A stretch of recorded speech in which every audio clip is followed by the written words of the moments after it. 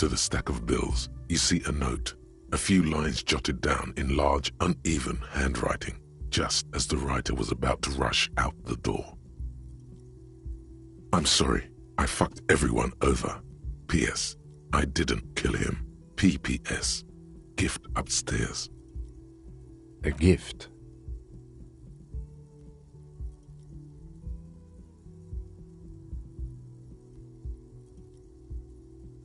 I am not drawing my gun, yet, but I don't like gifts.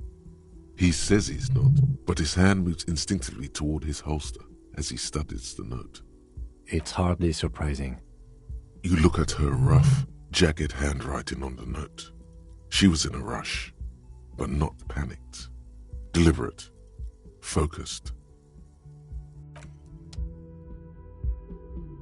I'm sorry, I fucked everyone over.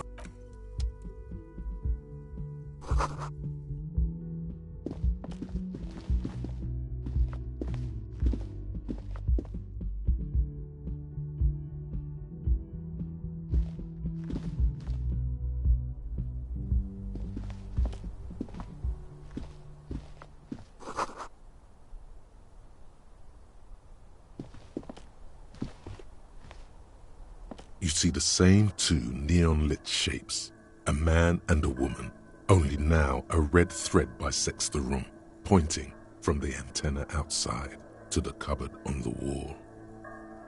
This is ballistics. She's left a trajectory for us.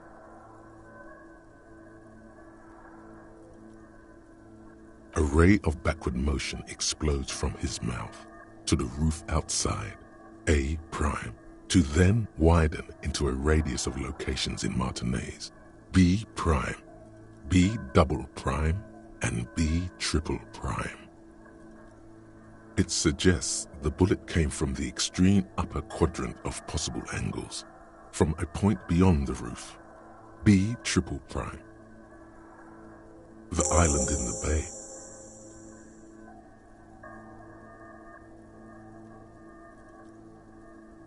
Unless she thinks the perpetrator was standing on the ring antenna. That is where the thread seems to point.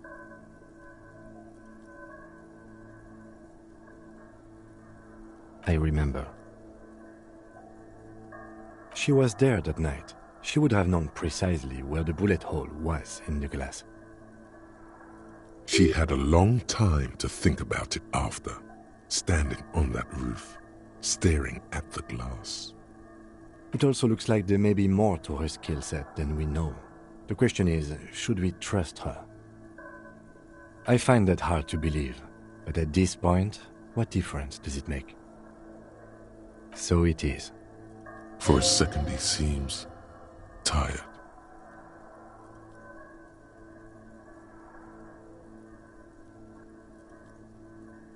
I just haven't gotten a lot of sleep these past few days. He doesn't really believe this will yield anything.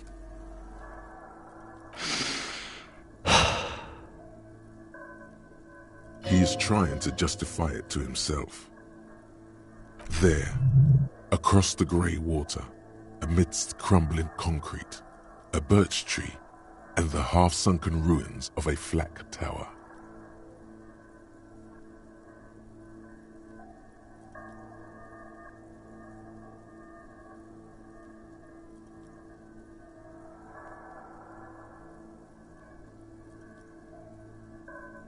Could be the makings of a sniper's nest. Why not? Military fortifications are made for that kind of thing. I understand. Okay, let's go to the fucking island. How do we get there? Joyce Messier had her sloop, but she's gone. Ah, yes, of course. The village. Let's go.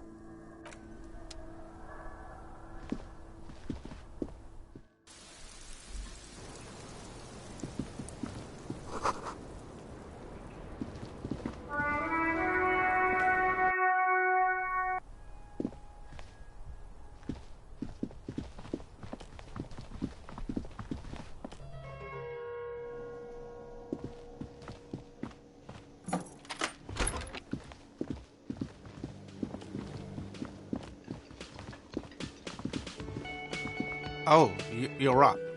It's good to see you back on your feet. Did you like your room?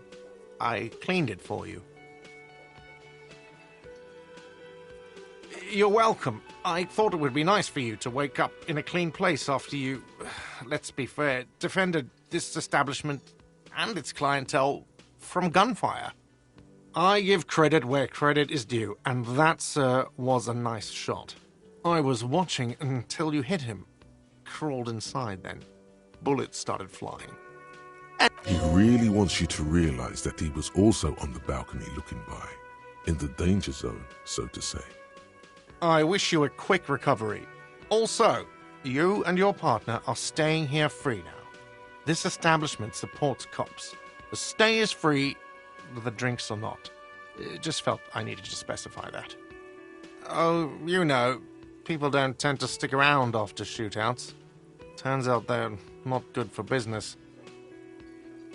I don't remember everyone who comes here, and many people wear sunglasses inside lately. Must be a fad. Where was I? How do you think I know the crazy shit you pulled off out there?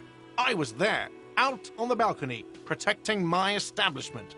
That's actually true. You remember him from the corner of your eye, right? So, yeah, I guess I'm what you call a badass. It really took courage. Don't pick at him.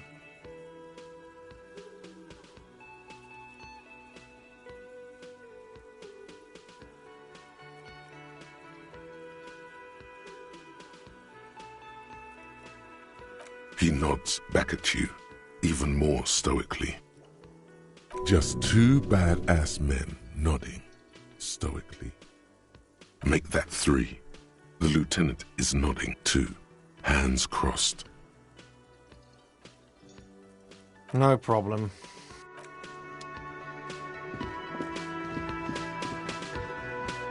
Hi again, gendarme. Bye-bye, Jean.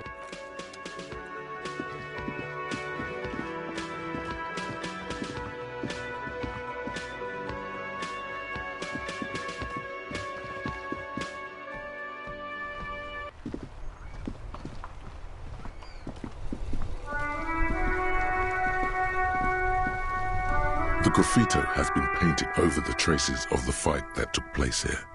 It smells of blood and heavy fuel oil. This was Cindy the Skull. The lieutenant crouches, touching the fuel oil with his finger. Looks like it, yes. This is still fresh. It wasn't here yesterday. And blood. Some of it is even yours. Heavy fuel oil. Isn't that flammable? The fuel oil catches fire immediately with an ominous hiss. A bright orange flash across the surface of the letters. Black smoke rises from the burning message. The lieutenant has taken a small step back. He looks at your face illuminated by the flames and nods silently. Then the fire falters. Let's go to that island.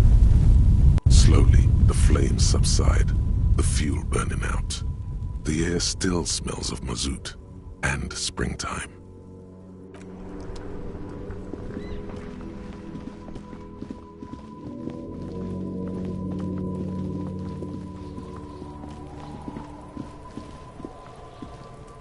Everyone says you started crying in the middle of a firefight and then bled like a pig. I guess that was cool. Cool. That's very cool to Kuno. Just don't think because you got half your dick shot off and you're an invalid now, Kuno's gonna treat you different. Kuno doesn't reward weakness. It's business as usual with Kuno. Kuno's cold like that. Feels good for some reason.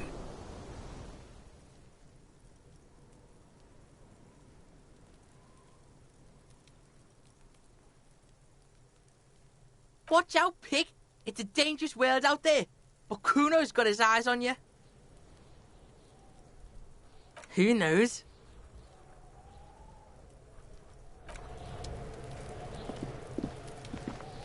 I'll die before I squeal, pig.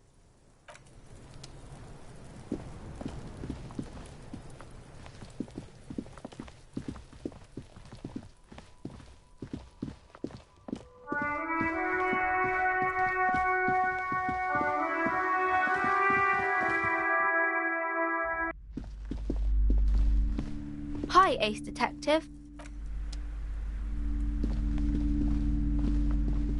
Oh my god! Things have gotten out of hand! I thought the psychic stuff was bad, but the crime! It's even worse! I haven't been able to come to work for 3 days.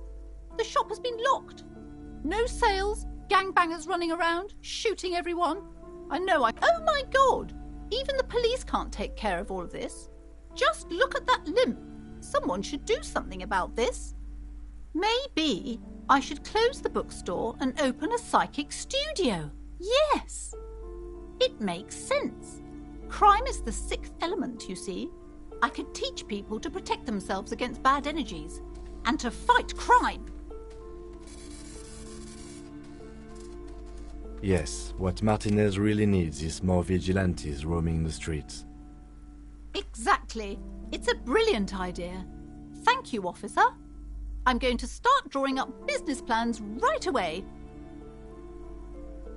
In the meantime, do buy the books. As many as you can. They won't be here for much longer. Is there anything else I can help you?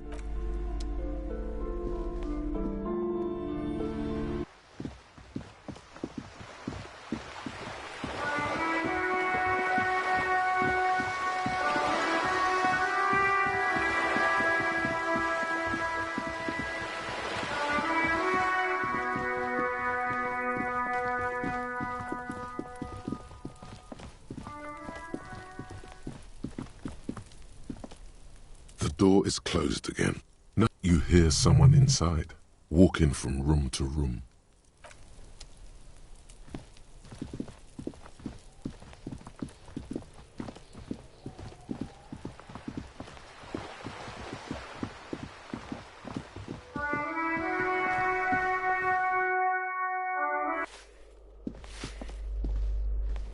Give me a moment.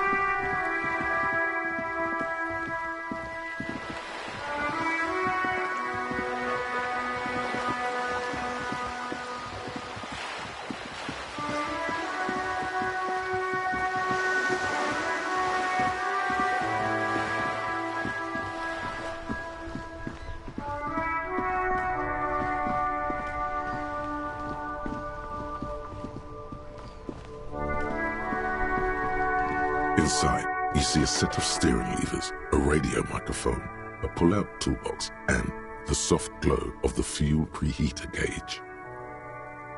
This is Precinct 57. How may I assist you? Something is wrong. Only static hisses through the speaker. No reply. Only the mindless drone of static crawling through the air. It's been this way for a while now. My guess is the Union is listening in on our conversations and jamming outward communications to protect themselves from Cronel. It only happens when someone mentions the attack. The rest is unaffected. Our best bet is to carry on like nothing happened. That is, if we don't want us cut off the grid completely. No more dangerous than stepping between 3 armed mercenaries and 8 Union men, I hope. I don't like it either, but that's the way it is. The street seems safe enough to me. If anything, taking out the mercs made things calmer. For now. You can try calling again. Just don't mention the tribunal. And remember, they are listening in. Everything sounds okay. No drumbeat of total war yet. If anything, everything sounds too okay. In the cabin, you see a set of steering levers, a radio on a hook. This is Precinct 57. How may I assist you? Just a moment, officer. 10-4, come in, officer. Over. 10-4, sir. Well, there's been some talk, sir.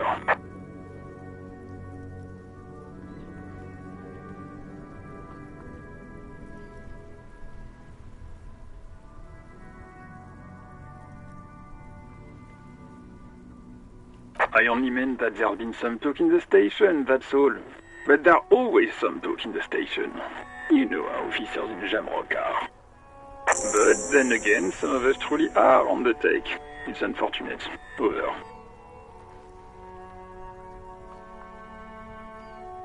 Roger that, 10-10.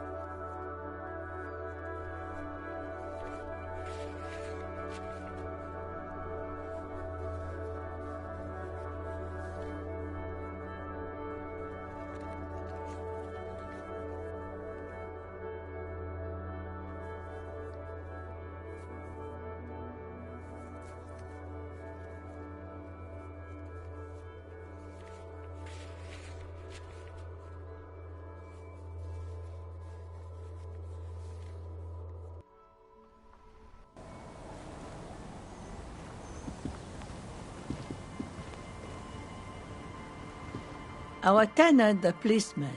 I hope the waves don't keep you up at night. What can I help you with?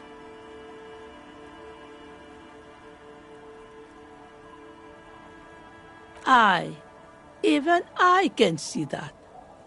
I told you not to bring your trouble with you, policeman. We've got troubles of our own here. Though I suppose you took the worst of it. Turns out you were your own ill omen. I'm not sure those were the loss of the men with guns either. There are always more coming for your kind, officer. Then we'll be ready for them.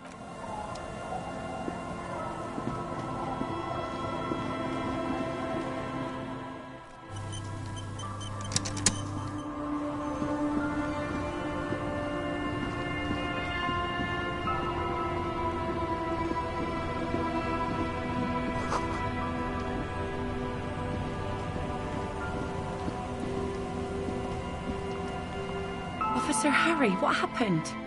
You're limping. Why are you limping? You look terrible. You're not limping. You're you. She sounds almost disappointed with you, reprimanding you for falling and hurting your knee.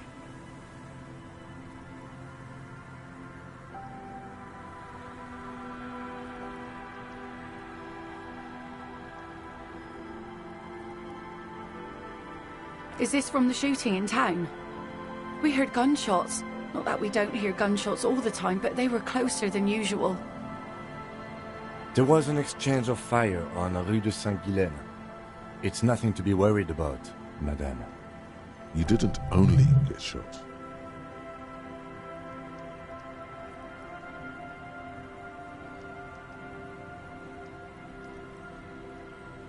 So you're a killer?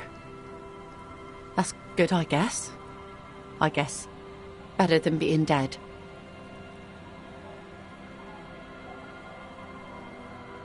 Aye, I bet they are. The good ones, at least. Well, good for you. Of course. Can I help you with something? That won't be a problem. It's wind still and the tar just dried.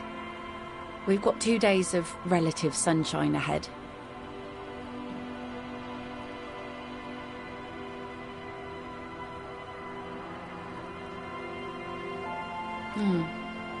Used to be some kind of fortification there before the war. For the communards. An anti-aircraft gun, I think. Bombed to bits in the landing. I haven't been there myself. Always steered clear of it. Hasn't been there herself. Who has then? My husband used to drink there. Him and his drinking buddies. Always seemed like a bad place to drink to me. People died there during the landing, you know. My mother told me.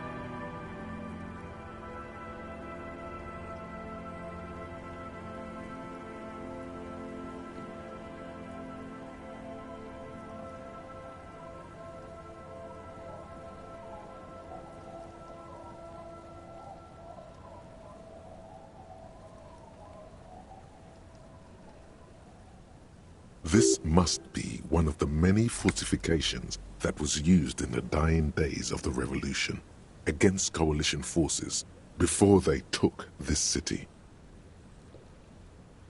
The kids sometimes go there too. I know they do, on rafts. I tell them not to, but they bring back old bullet casings and such. The twins. God forbid they bring the girl along on some rickety barge. Can we maybe ask your twins about that place before we go? Be my guest.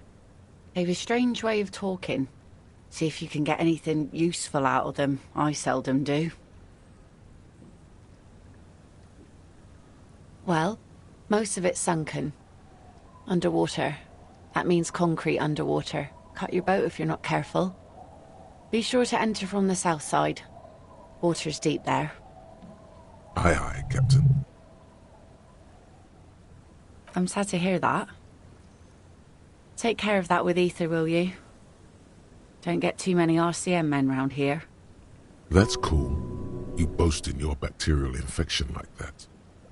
If you promise to bring it back, and no scraping the hull, I just got it nice and yellow, and no drinking on the boat, and no joyriding either.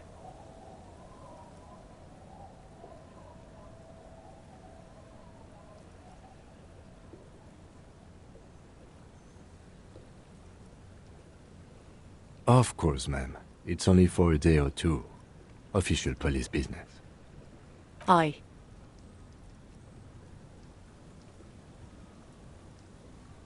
The crow's feet disappear from the corners of her eyes as she smiles at you.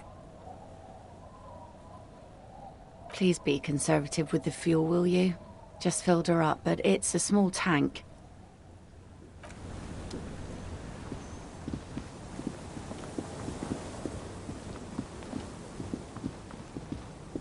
The scruffy-haired little boy kicks a stone while the other watches him do it.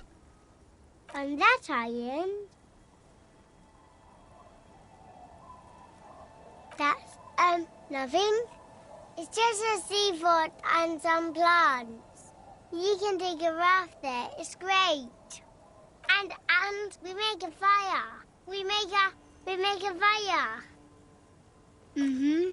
Gather the sticks for the fire. And bullets. Or not real bullets, empty bullets. Bullet shells. There are a lot of them left over from the war, but this could be important. I don't know what these are. They're lights. The fire guy comes and asks us to put the fire out. Your nerve endings sting from the mention of a guy. They must mean a human being on that island, but it's cut off.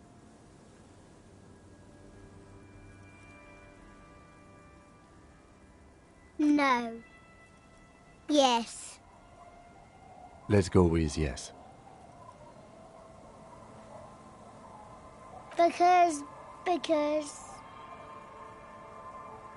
he asks to put the fire out. I don't know. He doesn't like it. He doesn't like people to be there. You shouldn't go. Yes.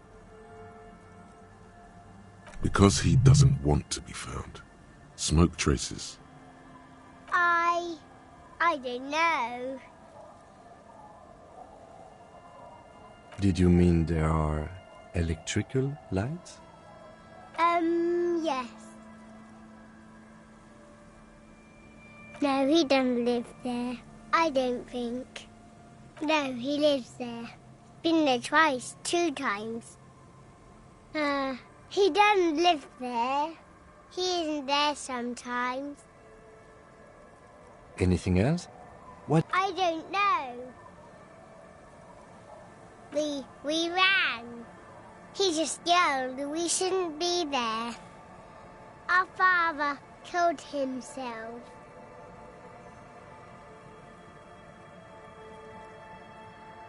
Don't say that, he didn't.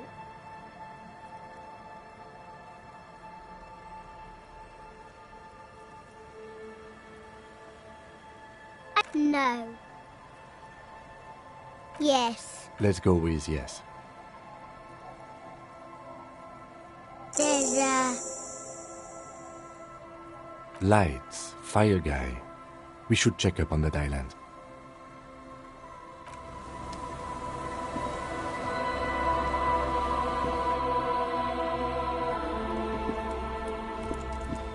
Hello, mister. Bye.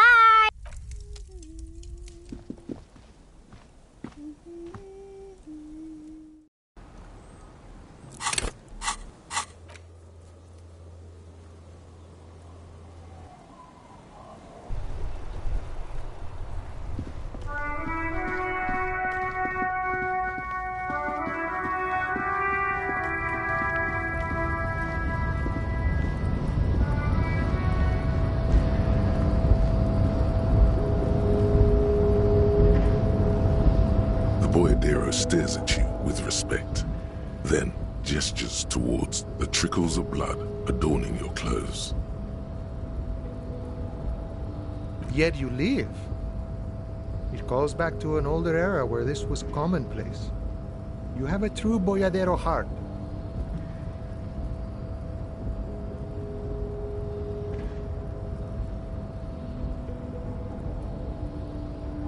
Hiding, gathering themselves. The harbor's in full lockdown, friend. No getting in or out, for the time being. No, man. Not today. Today is war. He says it matter-of-factly, like it's no big deal. Time will tell. I'll tell Everard you dropped by. I'm sure he'll be glad. I'll be okay here, doing lookout. Quite the sight, aren't they? Getting to like that red I am. Don't worry about me. I live to alleviate the worries of our brothers. See if any insane killers turn up. Then I'll run. And live. I'm sure I'll be luckier than you, friend.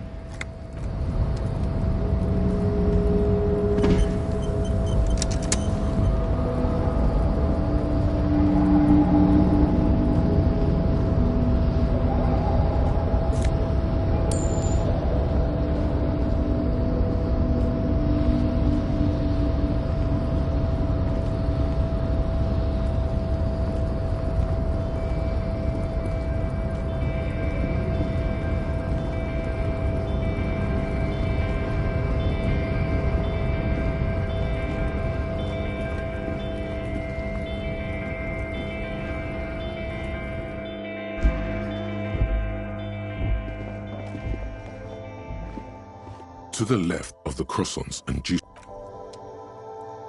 a small cabinet on the wall is filled with various medicine bottles. Okay, here. I hope Saint. Okay, here. I hope. Okay, here. I hope Saint Baptiste. Okay, here. I hope Saint Baptiste makes you feel better. Okay, here. I hope Saint Baptiste makes you feel. Okay, here. I hope.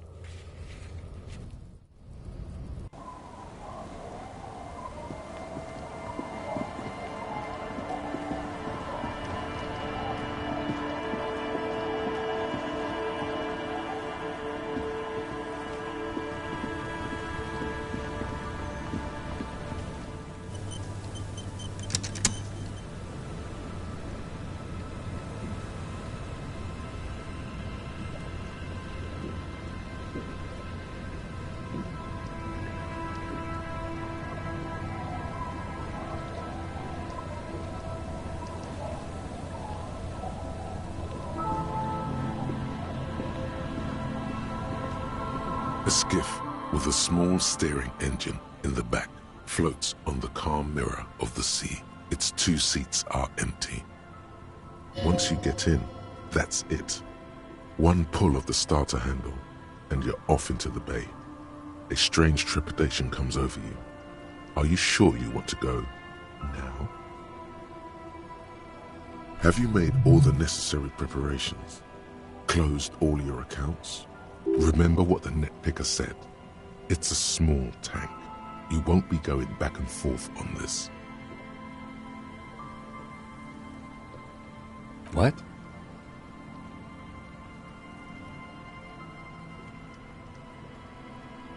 Fine. Let's blast SAD FM then.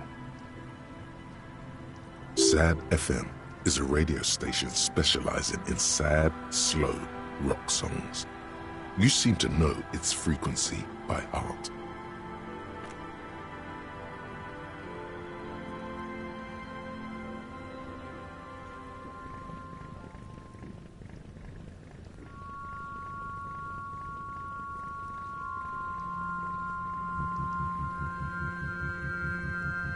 Want to be free. Want to be free. It will last forever.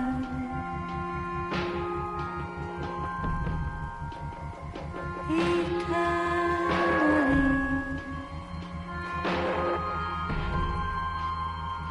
Want to be free. Want to be free. It will last forever.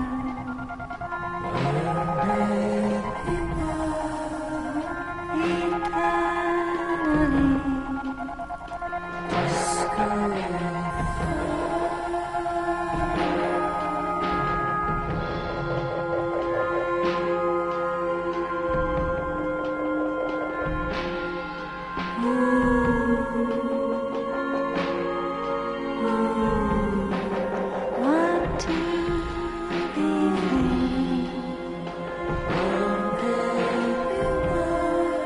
Want to be free.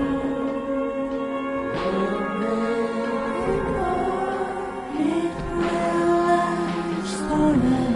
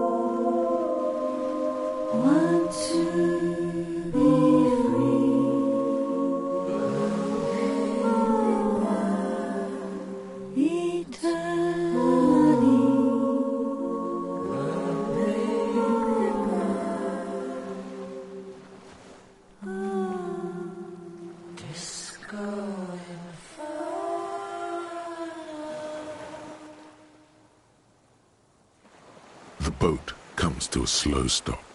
The lieutenant turns the engine off. Then there's silence. In the silence, a sputter of wings. A flock of quails takes off in the distance. Let's go.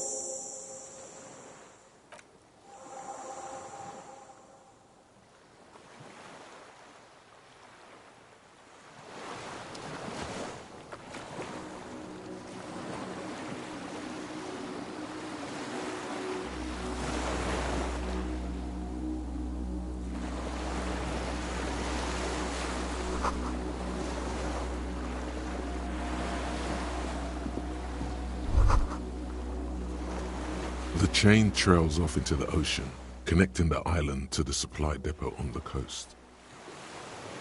Ah, yes, so it seems. For bringing munitions to the island, maybe? And supplies?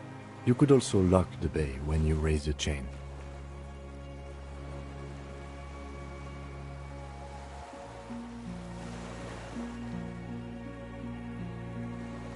As a defensive measure, lock it off that side of the bay.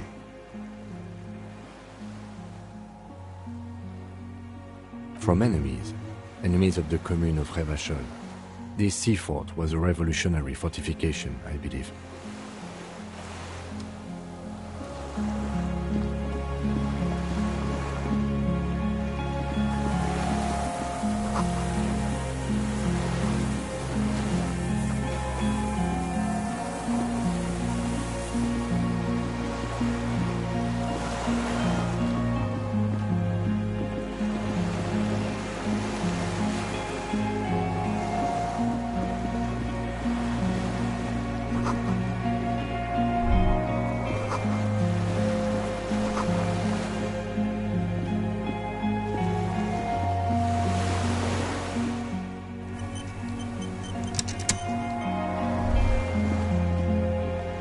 The dry grass crackles under your feet as you stop. Far away, birds' wings touch the still surface of the sea. The flock of quail departs, now more than 100 meters away, 102, 105. On the islet, there is almost no wind, just the light movement of air through the reeds. Bulrushes swaying on the waterline.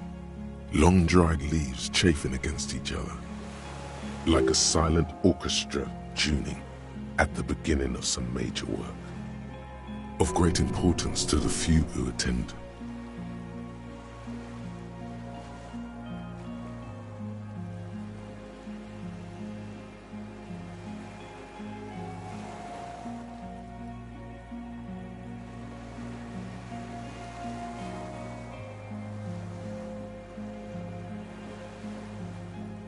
Yes? Momentarily, the sounds are swept away.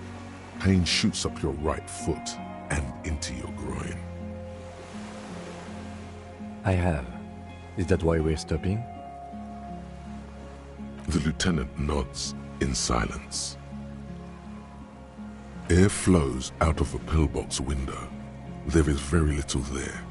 The air cossets flowers on a meadow. Absolute silence. Reeds motionless. Bulrushes motionless. A jitter. A sound impatient to happen, but not yet in this world. A silent hiss. Sea air moving through the needles of a pine tree. The faraway roar of the city, distant like today's dream. Before it, the sound of sand. The low tide filtered through its grains. A bird tending to its feathers. A low hum. The air slowly moves through a concrete box, through its ancient slits and cracks.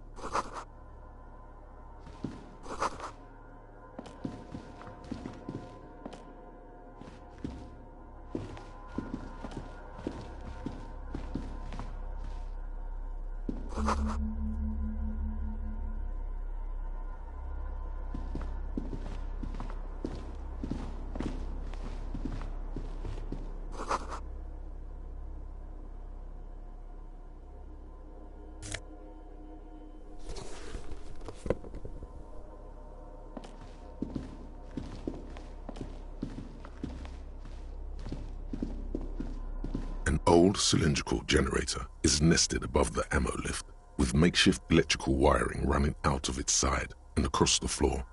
The cables disappear into the wall to your right. The lieutenant puts his hand on the metal barrel, checking for warmth. It's cold now, but someone has been maintaining it. The wiring has been repaired. Downstairs, somewhere? Liquid carbon. I would imagine it takes mazout. The kind that's favored by vagrants and fuel thieves. It's been a long winter. The lieutenant pauses. Something seems to be pecking at the edge of his concentration. He gives long and cold. There's no time to dwell on this moment. You've got to keep moving. A hollow ring. The canister is empty.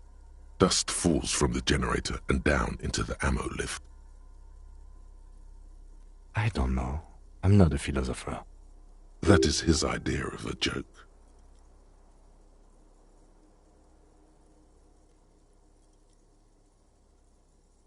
Someone who has basic electrical skills has restored it in order to keep the room warm. Maybe it's the fire guy.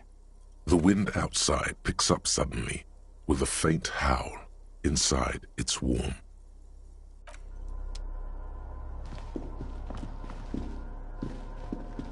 There's a greasy old spring mattress in the corner, resting on piles of soft cover books.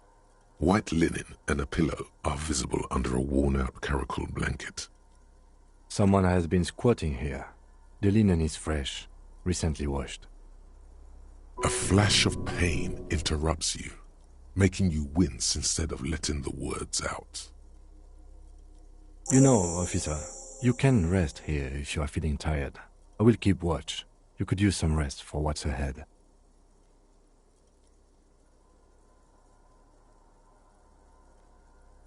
Yes, anytime. If you need a rest later, it's okay by me. You don't have to be a hero.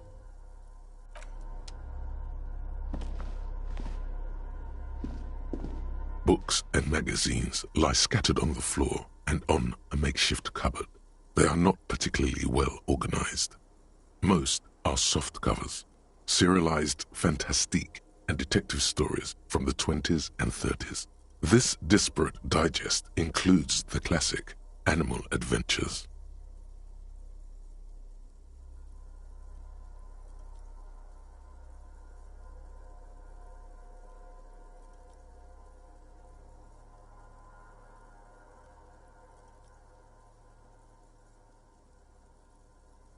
Popular depictions of man versus nature by amateur naturalists T&T Harpin, husband and wife. Widely read by people from all walks of life. Who doesn't like nature? Who doesn't want to survive?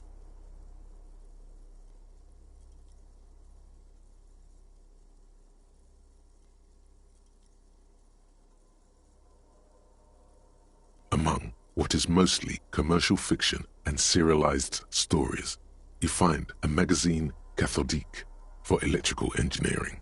Then it's back to pulp. Light erotica, an international thriller about circuit benders.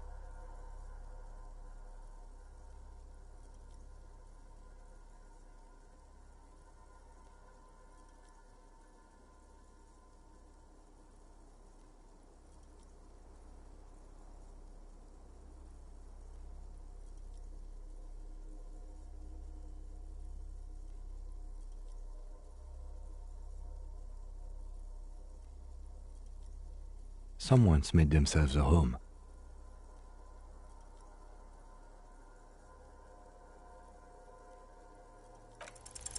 Oh yes, under the bed, there is a rather extensive collection of critical theory, that is, dour, life non-affirming left-wing literature, published by small imprints such as Abattoir Firm and Ouzia. It's not exactly light reading.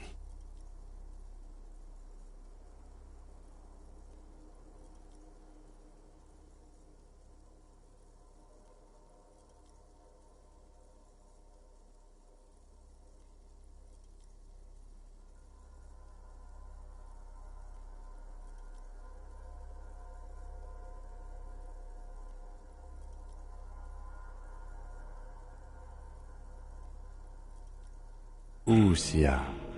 I agree. Humanitarian sciences. It stands out. Not a lot of critical theory around in Ravachol West.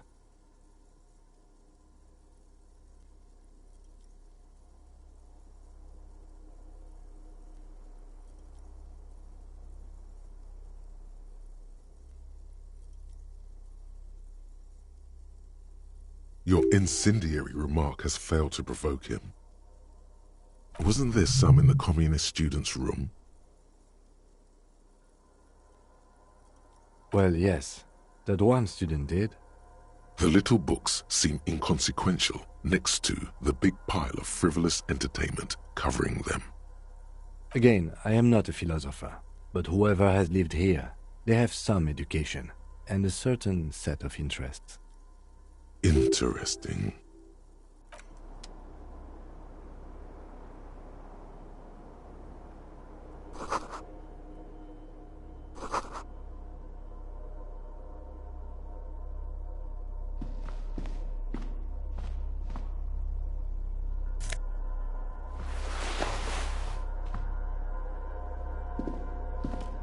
Soft covers.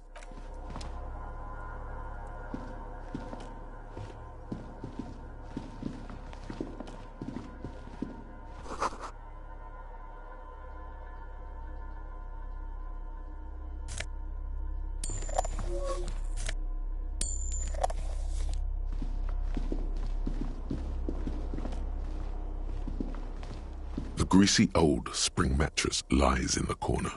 Fresh linen under the heavy caracal cover. The offer still stands. Take it. You don't look so good. You face the concrete wall. There's less light there, in the dark corner. Like a dog you lie there. The blanket feels cold. The entire room does. Concrete and cold. Minutes pass. Half an hour maybe. The sounds of the sea beyond grow distant. Your eyelids close until you feel yourself standing up in the darkness, right next to the mattress. Slowly, the world begins to hatch from the blackness. It's evening. Sleep.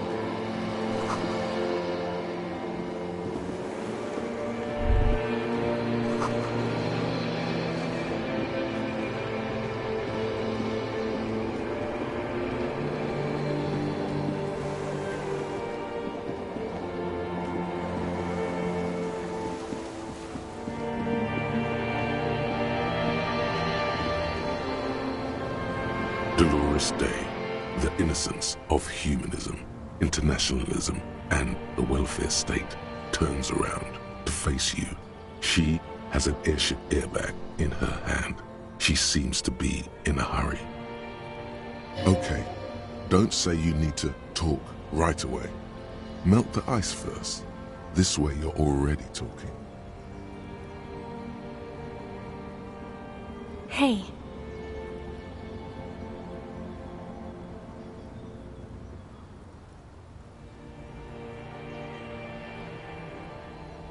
I mean, hey to you too. I'm doing really good, actually. Both professionally and romantically. I've come to a fulfilling and peaceful period in my life. Well, how are you doing, Harry? Well, I'm in my head too. We're all in our heads. Sometimes, not as often as I used to. So much time has passed. More than it seems here. I'm going to Morova. To live there, in Grad. It's 1 million kilometers away, Harry. Might as well be another lifetime. Just my scepter, my globe cruciger, a spare silk gown, a toothbrush, travel documents, the crown of immortality. Oh, this. This is just a wreath. The crown of immortality is made of rarefied light, mana and raw palladium. It was passed on to me by the rulers of late antiquity. She looks at the suitcase, not knowing what more to say, then over her shoulder. Anyway.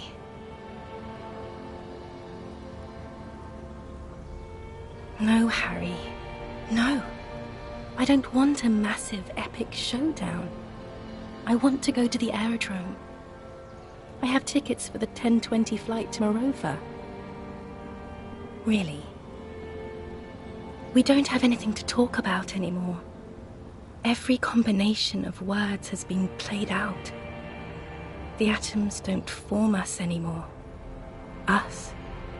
Our love. It's all gone. I have to go to the aerodrome. I have to leave Revachol and you.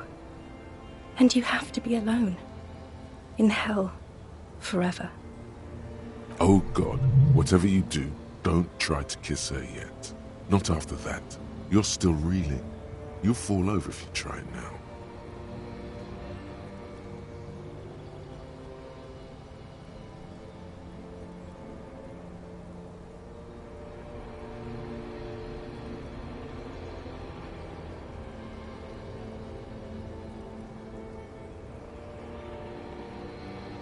I don't want it. It looks expensive. I don't want it. That's not what figurines do, Harry. She looks at the headless found rider between your fingers and doesn't know what to say. The figurines don't do anything? Anything at all? But I thought the historic figure, yes, I thought it would be good. A form of communication when words have failed. Yes, it was a good idea, but she felt obliged by the headless found rider to give you things in return. Things she no longer wants to give you. So she refused. That's how it goes. Your figurine rider idea was naive. Harry, I don't want things. I want to go to the aerodrome. I didn't ask for things. It's too late to give me anything. I would have liked the headless fawn rider back then.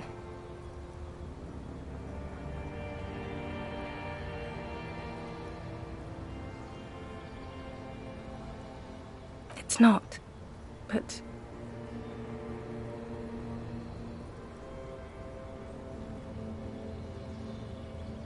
I don't know why I said but. There is no but.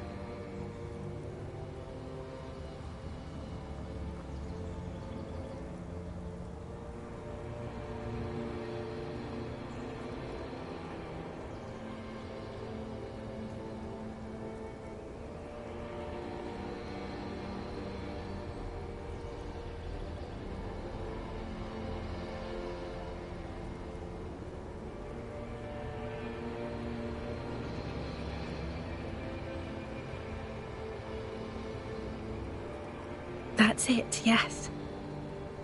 We've talked about it 1,000,000 times.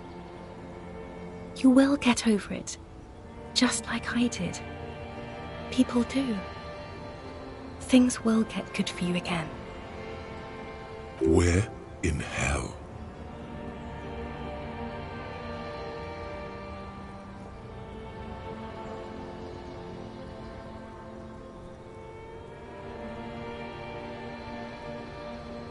Oh yes, she'll come around now.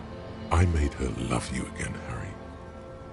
Her innocence, Dolores Day, fiddles with the handle of her airport bag. She has a pained expression on her face. It's agonizing. I don't understand. It was, she herself said. We were bad for each other, okay? I was bad for you. Can you not see I'm bad? I had to stop. I couldn't just turn into a bad person. It just takes some time. For you, I think it will take something like 20 years, maybe? It was hard for me too, you know? I used to think I couldn't live without you. But I can.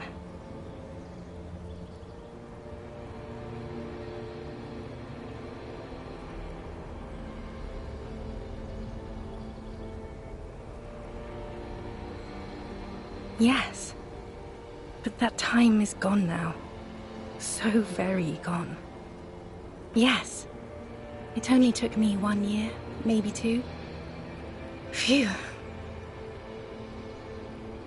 No, Harry, we can't. We already tried again, and it didn't work. Is that how it is now? We should just try all good things twice, and then give up. By that logic,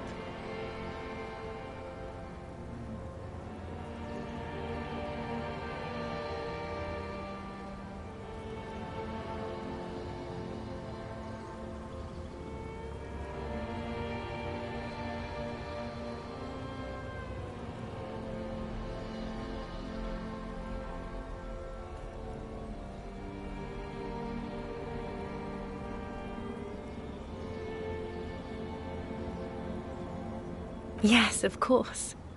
I'm bourgeois because I don't want to keep hurting you.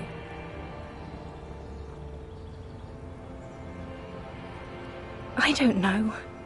Please. Harry, we can't be together because you're insane.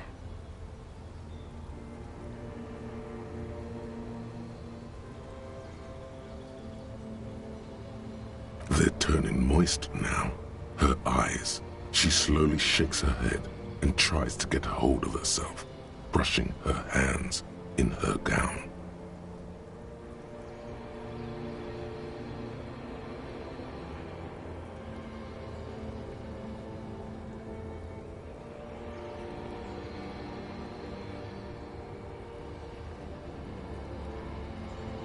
I don't know what you mean. Dolores Day.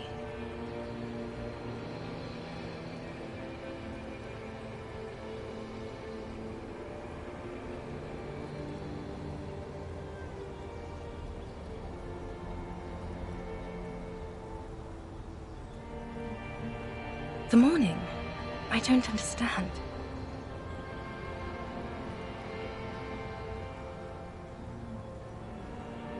Oh my God, Harry, stop. I don't want to hear anything about the morning. Mourning someone who's still alive. Any of that. I can't do that anymore. I'm not 80 years old, I'm 32. People my age are not supposed to mourn.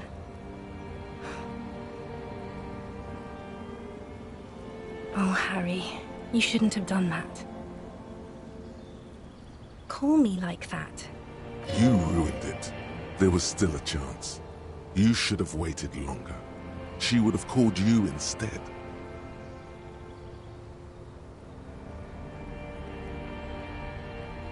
Oh, Harry, do you really think so? We haven't talked in years. I don't want to call you. I don't want to hear from you. I I think of you less and less every year. Weeks go by without me remembering you.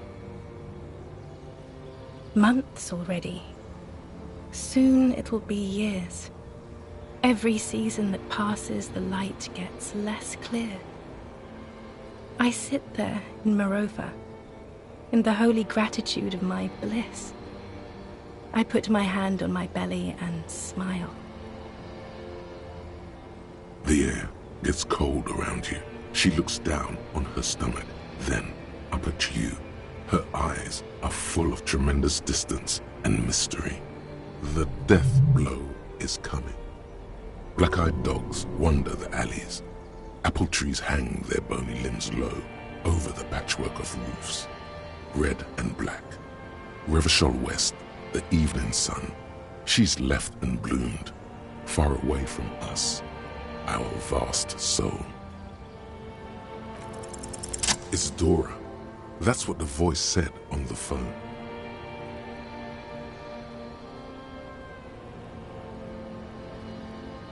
Dubois, yes, Dora Dubois.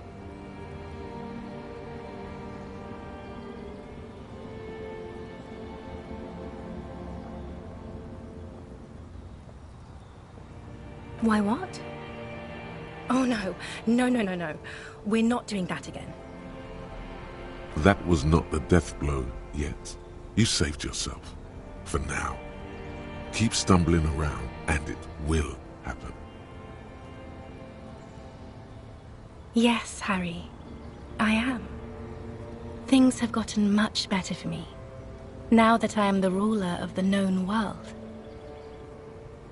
Oh God, it's already so late. I have to go, Harry. A tiny golden watch with red straps around her bony little wrists. You know what I mean.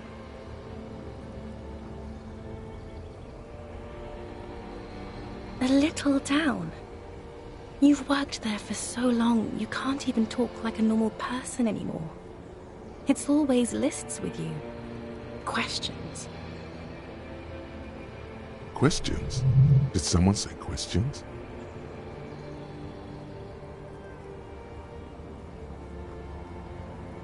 This is another list, isn't it?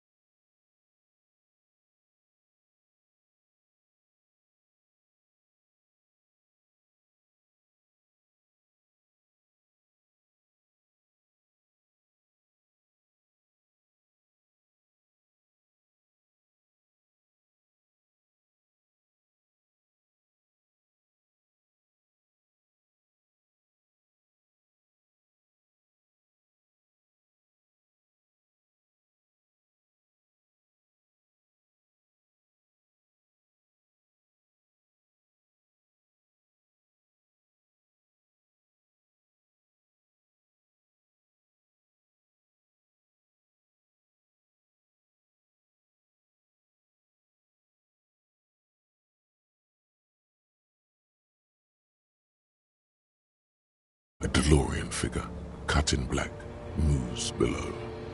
It's still her. Her legs, her breasts, her hips. And my crown of immortality? No. You scared her out of me. With your crying, the awful time we wound up having. And the cheap rental flats you could afford. Can't you see? I can never think you're cool again. I can only think that way about new people. A cheap rental with mold on the walls and the tap dripping. Yes, I have found someone for whom I can feel the same. A copy of my love for you, only this time he is careful and rich. He will not lose me. It will go somewhere, it will grow. Your heart burns. Through the blackness you feel the trickle of blood on the mattress below you. Harry, do you notice how none of this is very funny?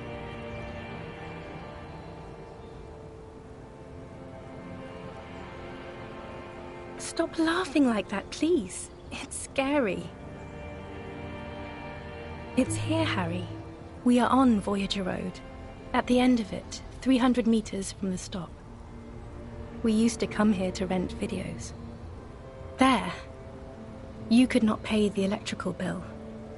It became a lightless tomb. The years you spent training for the militia, my parents' money, it was not good. Surely the alcohol didn't help either.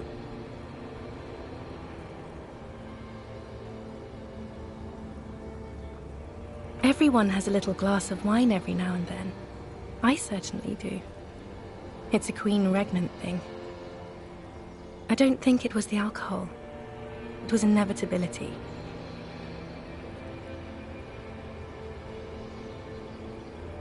The coolest.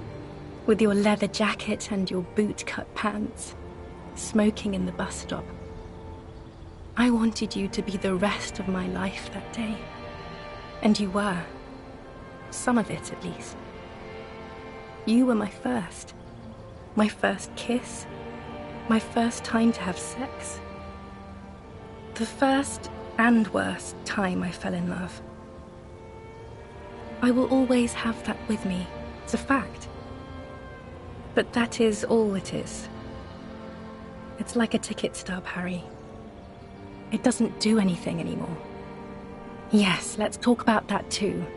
Let's bring it up, the zoo.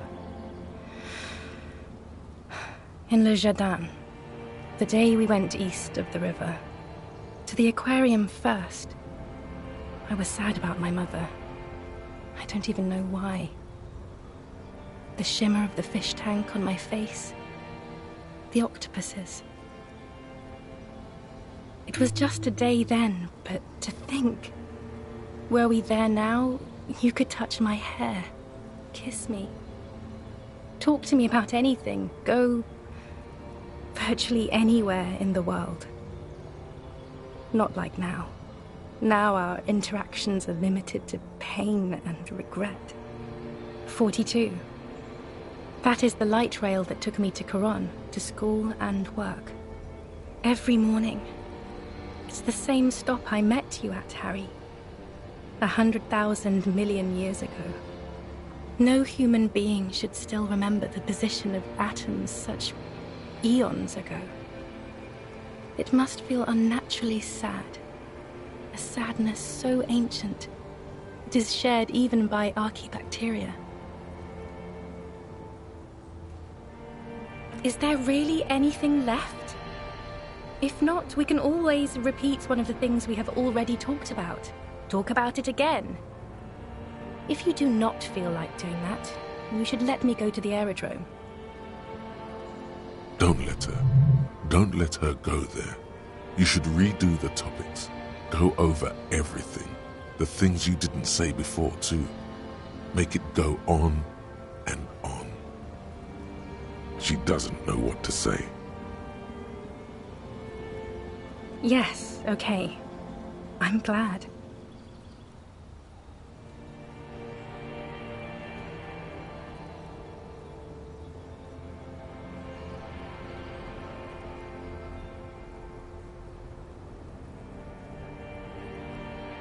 It doesn't sound like you're better at all, Harry. It doesn't even sound like you're a moralist.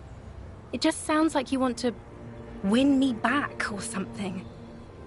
I don't want you to try that anymore, okay? It's too sad. I need to go. Total annihilation. We got annihilated, Harry. It wasn't about responsibility at all. It was always only about you having no power at all. Over her, yourself, anything. That's why they didn't take you on that airship. You're insane without her.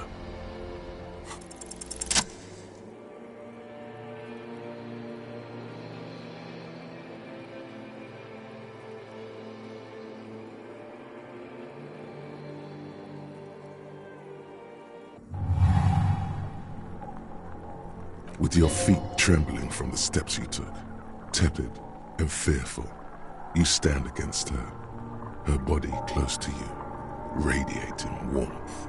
With your eyes closed, you move your lips on her mouth. She is not kissing you back.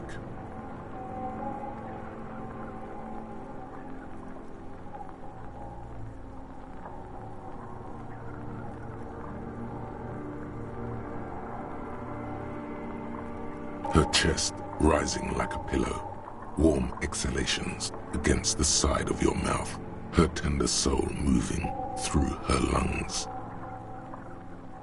Feels like soft fuzz, a bird covered in down feathers, brushing against your broken capillaries. The world's most precious material, reserved for those she lets close enough to feel it. You are stealing a touch. It's not yours to take. This was not about failure or success. This was always going to be horror. I should not have suggested it, and you should not have listened to me.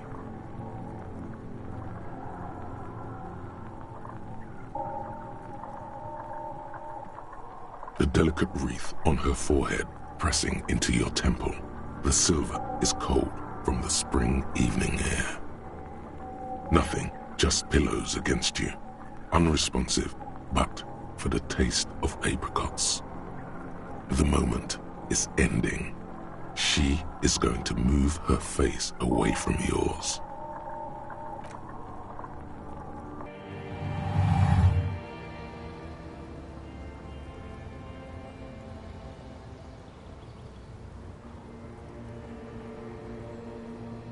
Trying hard not to look at you. When she withdrew and you held on to her hand, she tried not to look at your face and see the expression there. Brother, you should put me in front of a firing squad. I have no words for how I failed you.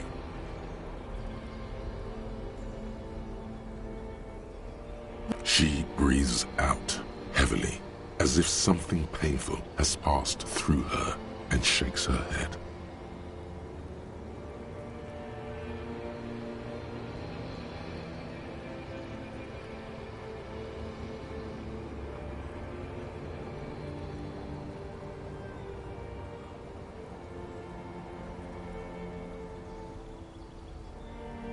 She shakes her head one more time.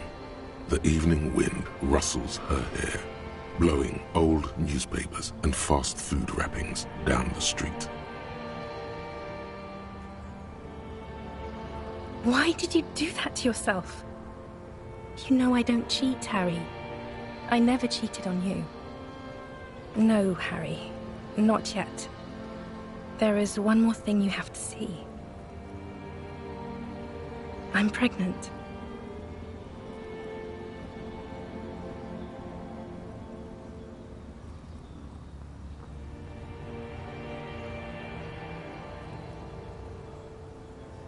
Of course not. I terminated yours. Don't you remember? You poor fuck. Poverty-stricken fuck. Now, go ahead. Ask me more questions. Let's talk about something else.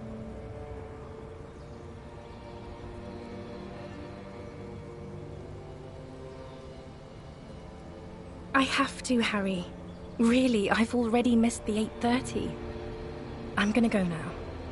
I was wrong. You don't have power over her anymore. You shouldn't have said that. I am wrong about everything. You should go on without me.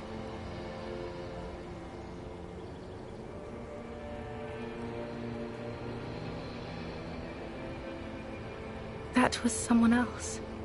I betrayed her, overwrote her, and I'm happier for it.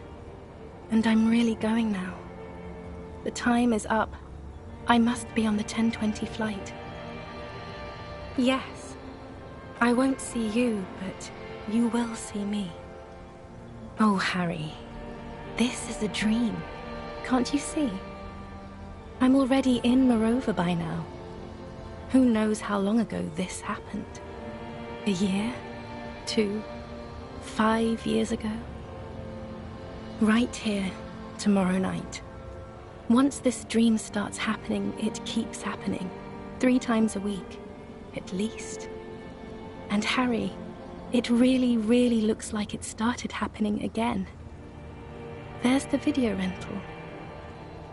I'm suffocatingly beautiful and young. And I smell of tutti frutti chewing gum, like I did that time when I asked you for forgiveness, after leaving you the first time, so long ago. Oh yes, this is real darkness. It's not death or war or child molestation. Real darkness has love for a face. The first death is in the heart, Harry. See you tomorrow.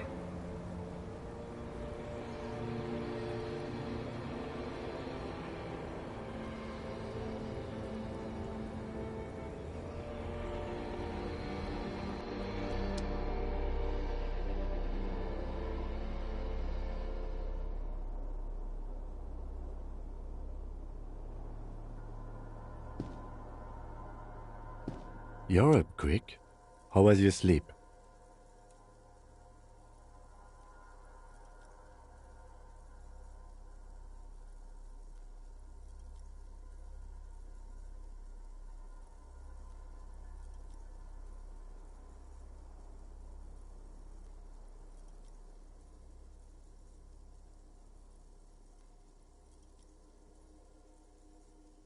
Are you sure you're okay? You thrashed around and you bolted up, half covered in blood from your wound.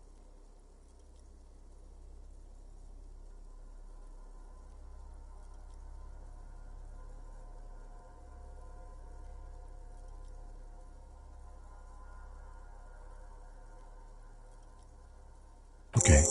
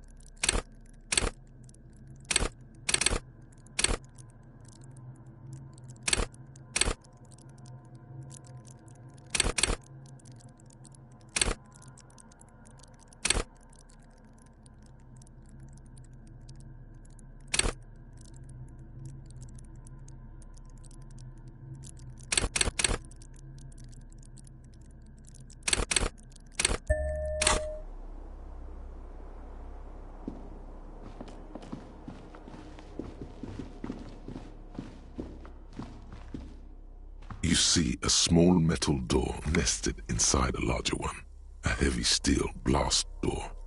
There is a conventional keyhole above the handle. It's very small. Another part of the island, probably. The lock looks like it could still be usable. Maybe this is one of the doors we don't open? He's right. It would be better to open its big brother. A powerful engine hangs under the ceiling.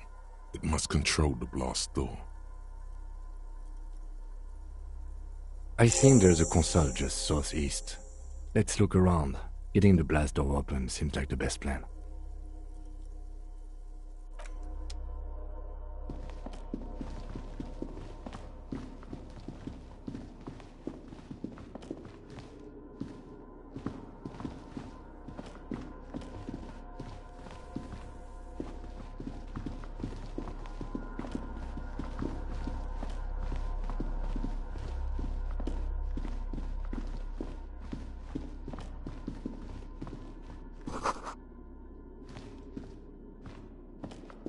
Green paint flecks off the monoblock aluminium cabinet. There are rows of switches on the front panel, a frequency band, and even a keyboard. The console of an antique computation device. The generator upstairs, with wires coming out, they terminate here.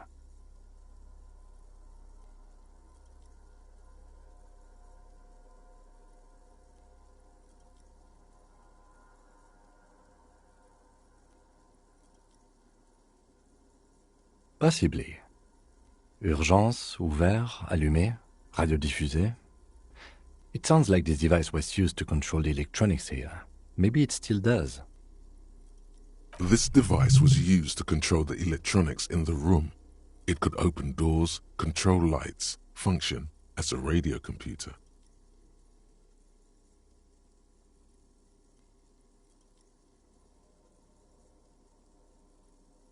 We need to restore power before using this, officer.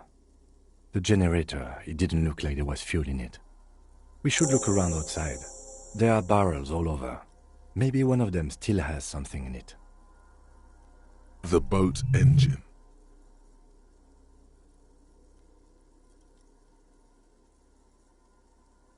But officer, then we would have to swim back to the mainland. Let's just look around, okay? The consul stands by, mutely. Urgence, ouvert, reads a dial key. Nothing happens. The dial slides under the glass, silently. You make out defunct stations on the UKV frequency. The words, Feld Insula, are written on the band.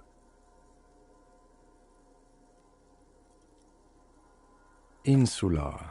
This is an off-air radio computer, I believe, used for military communications.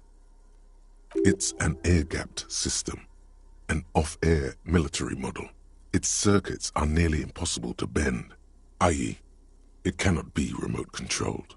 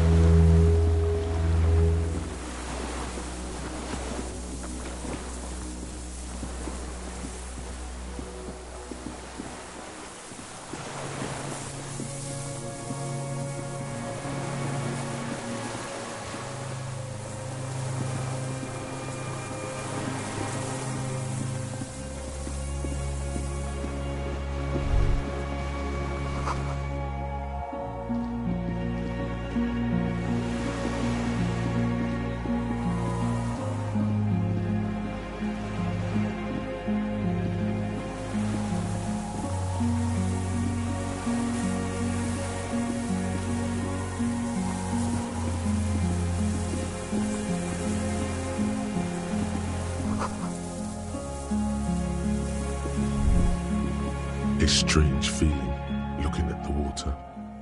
Maybe you should just wander off into the sea, leave it all, and walk in. Yes, cold and still, but love is warm like the inside of her mouth. Oh fuck, yes. Go there in your head. It's been days since you thought about her. A week. Perhaps there's someone there, under the water, where it has always been, smelling of tutti frutti and betrayal. In the still mirror of the bay, you see Martinez, reflected. Tall edifices of ruins reach into the water, like shimmering towers. And the shacks too. Pine islets and posts, like stepping stones, lead into the water in front of you.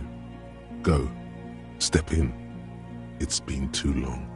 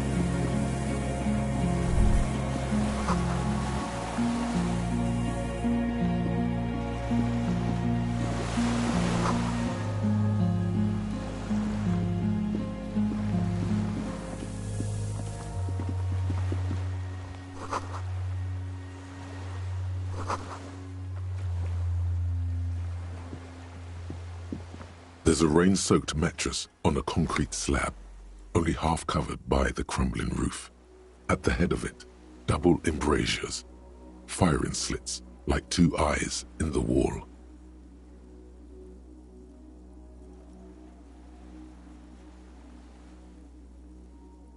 B triple prime. This looks like a good place to shoot from. A single-person mattress, modern, civilian use. Brand name, Marjorie. There's a fuel stain on the cover, along with cigarette burns. And an empty can of beans on the ground next to it, filled to the brim with cigarette butts. The silhouette of a tobacco picker adorns the paper filter. The brand, Tio Moteri. I may have been wrong when I said it wasn't important. This means the same person could have visited both locations. I didn't see any signs of smoking inside, though. If people live there, they keep it tidy. This here may also be a smoking spot. There's a firing slit in the wall in front of you, like a little window. Quite old and grimy from years without cleaning by anything other than the rain. The springs screech as you lean on the mattress and crane your neck to look out. Trepidation, a tingling feeling in your stomach. A small piece of Martinez coastline opens up in the square in front of you, like a tiny landscape painting. 1 kilometer across the water, the ruins look familiar.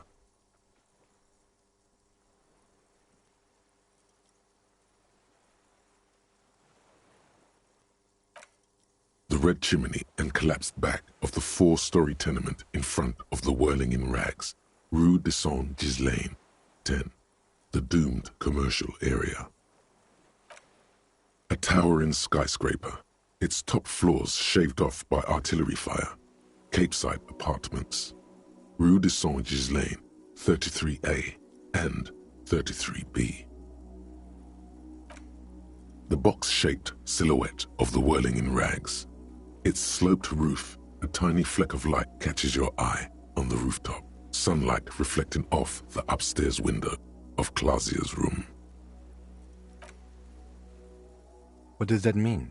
Do you have line of sight to the window? More than that.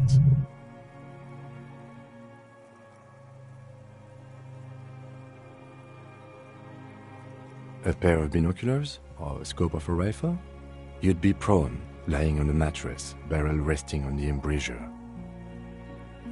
Cheek against a cheek rest, hand on the hair trigger, on a calm day like this. Good. I think we have it, Detective. The origin of the shot. This is the sniper's nest. Affirmative.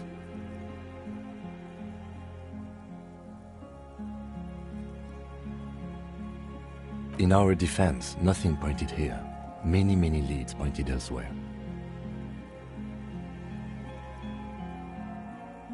He looks north, over the fortification, then at the mattress. Where?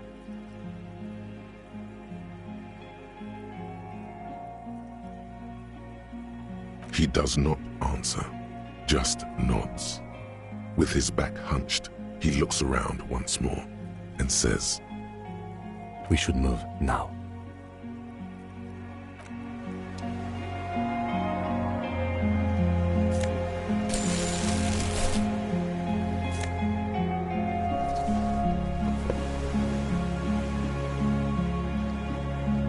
There's a rain-soaked B triple prime.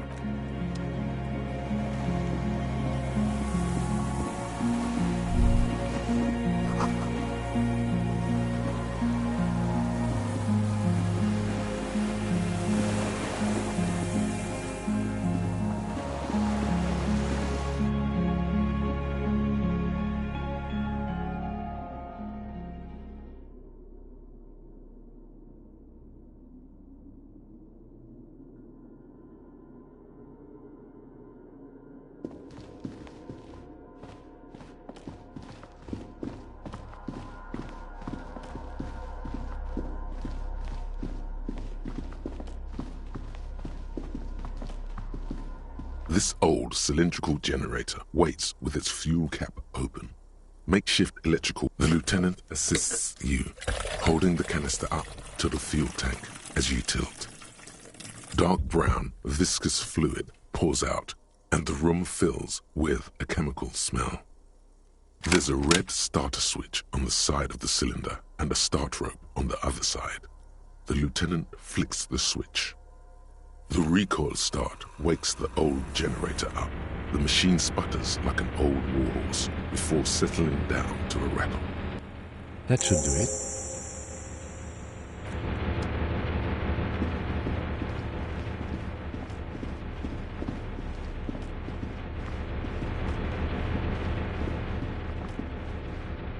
A dim golden glow animates the console. It's on. Turn emergency open. Automatic boot. The blast door opens with a series of clicks. A shaft of light appears, then widens as the light shines in.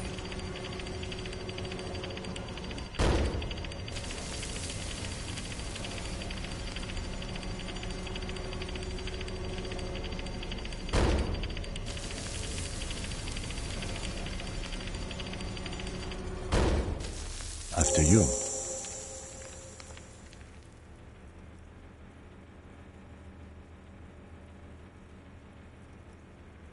So did I. Not back there, but I felt it since we came here. Don't worry. I have a gun.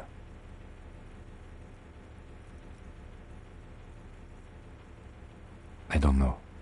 A thin wisp of smoke rises from a charred black fire pit. The wind picks up, then dies down again. I know. It was not easy to acquire.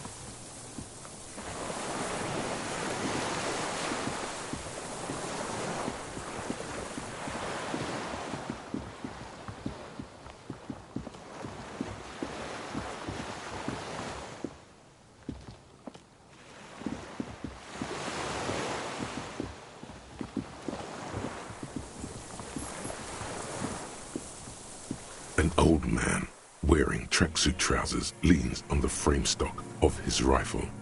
He gathers a big ball of spit in his mouth, then spits it out into the extinguished fire before him. He raises his black eyes, hooded by creased eyelids, to meet yours. Unclouded by cataracts, his eyesight is sharp. My eyesight? Yes, helps me see all the shit. The what now? I can't hear you. I may have. All sorts of little rats have come sniffing around, trying to give up the position. The position sounds like a hiding place. Fire guy. Regressive bourgeoisie henchman. Can't even talk like a grown-up. I did. And you opened it. How? Reactionary rock and roll music. Playing on the water. Told you we shouldn't play sad FM.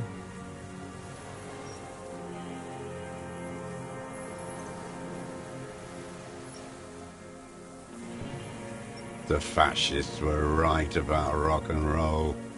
It is degenerate, hip gyrating, mental illness music.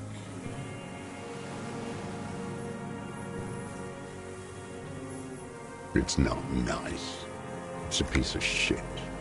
But it gets the job done. It's a 3-Angong 446. Southeast Samaran made. Exotic. Must be defunct too. No modern rifle manufacturer of that name springs to mind. A Samaran rifle. How did you get hold of one? It was sent to us by our brothers in the Sinyao commune. Military aid. It has stayed true to him. He can still make it sing. You heard me. It's good now. Like chalk, white from the board. He's right. Almost no one remembers there was a third metastasis of the world revolution in the Safre Empire, extinguished in 06. They wouldn't like hearing their name in your mouth. The time will come to win his trust, comrade. It is not now. You need to take care of the gun first.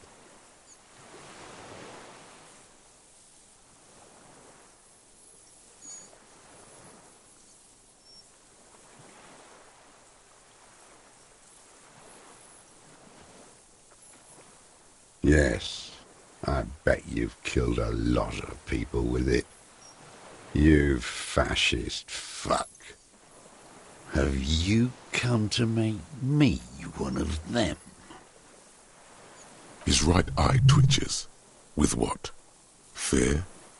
Rage? We have come to ask you questions, nothing more. If you do not comply, we will take you in. Do you understand? The lieutenant pulls his pistol from the holster. You are a glorified night watchman. This is a service rifle. I can only lay it down before an enemy commander of corresponding rank. His elbows rest on the frame stock, calmly for now. But he may still get it in his hands. Looks like he knows the weapon. You don't see a magazine in the well.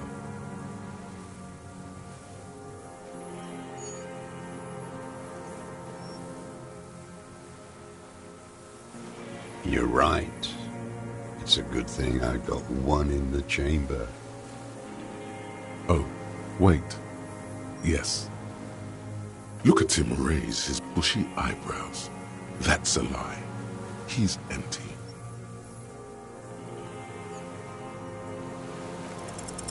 The words, "I am an enemy commander," sound cold as iron from your lungs.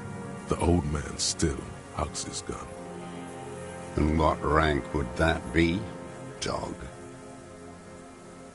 A big wheel of the 4th Regiment of the Pederast Army. To hell with it. It's a walking stick anyway. You were right. It's out of bullets.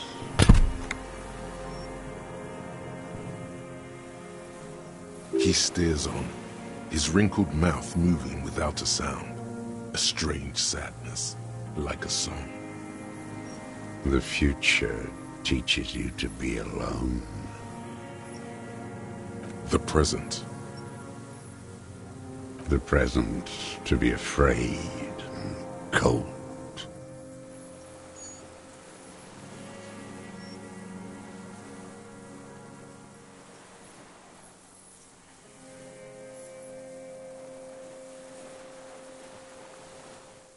Real music. Real Roulette Cult. That's La Revacholière. Not your rock and roll misanthropy. Chanson de soldat of the black and whites. Marching song. Forget about that for a moment. You need to address that remark first.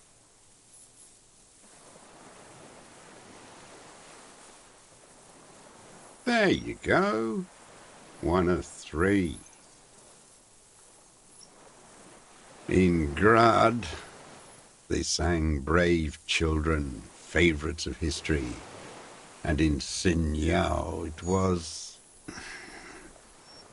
some Samaran shit, I guess. How did it go? Something about shooting rabbits. I don't know. I can't remember. It doesn't matter. It's gone now. He waves erratically with his hand, annoyed that he can't remember. A little tremor passes through him. It was dear to him. He resents forgetting it. His gaze follows your motions. The rifle feels surprisingly light in your hand, frame stocked and patched in places with tape and wire. Still warm from his parched hands. Not the metal. The metal is ice cold. This weapon has been modified several times. The rifle's in a shabby state, like a crutch that's seen too much travel. Hieroglyphs are embossed into the forearm, made of walnut. On the butt, you see Vespertine writing, burnt into the wood. Triangong, 4.46mm, made in Sinyao. The right type and the right calibre. He's liking this. No one said it has to be a Belmagrave. We were just guessing. From ballistics, it could easily have been a Triangong, too. It doesn't matter if it was made in Shanti Shanti. All it has to do is use jacketed ammunition. And it does. I wonder how old it is. The old man does not answer. He just stares in front of him. The old man keeps following your motion with his gaze. His right arm twitches suddenly. Some kind of involuntary response. Something is slightly off with his motorings.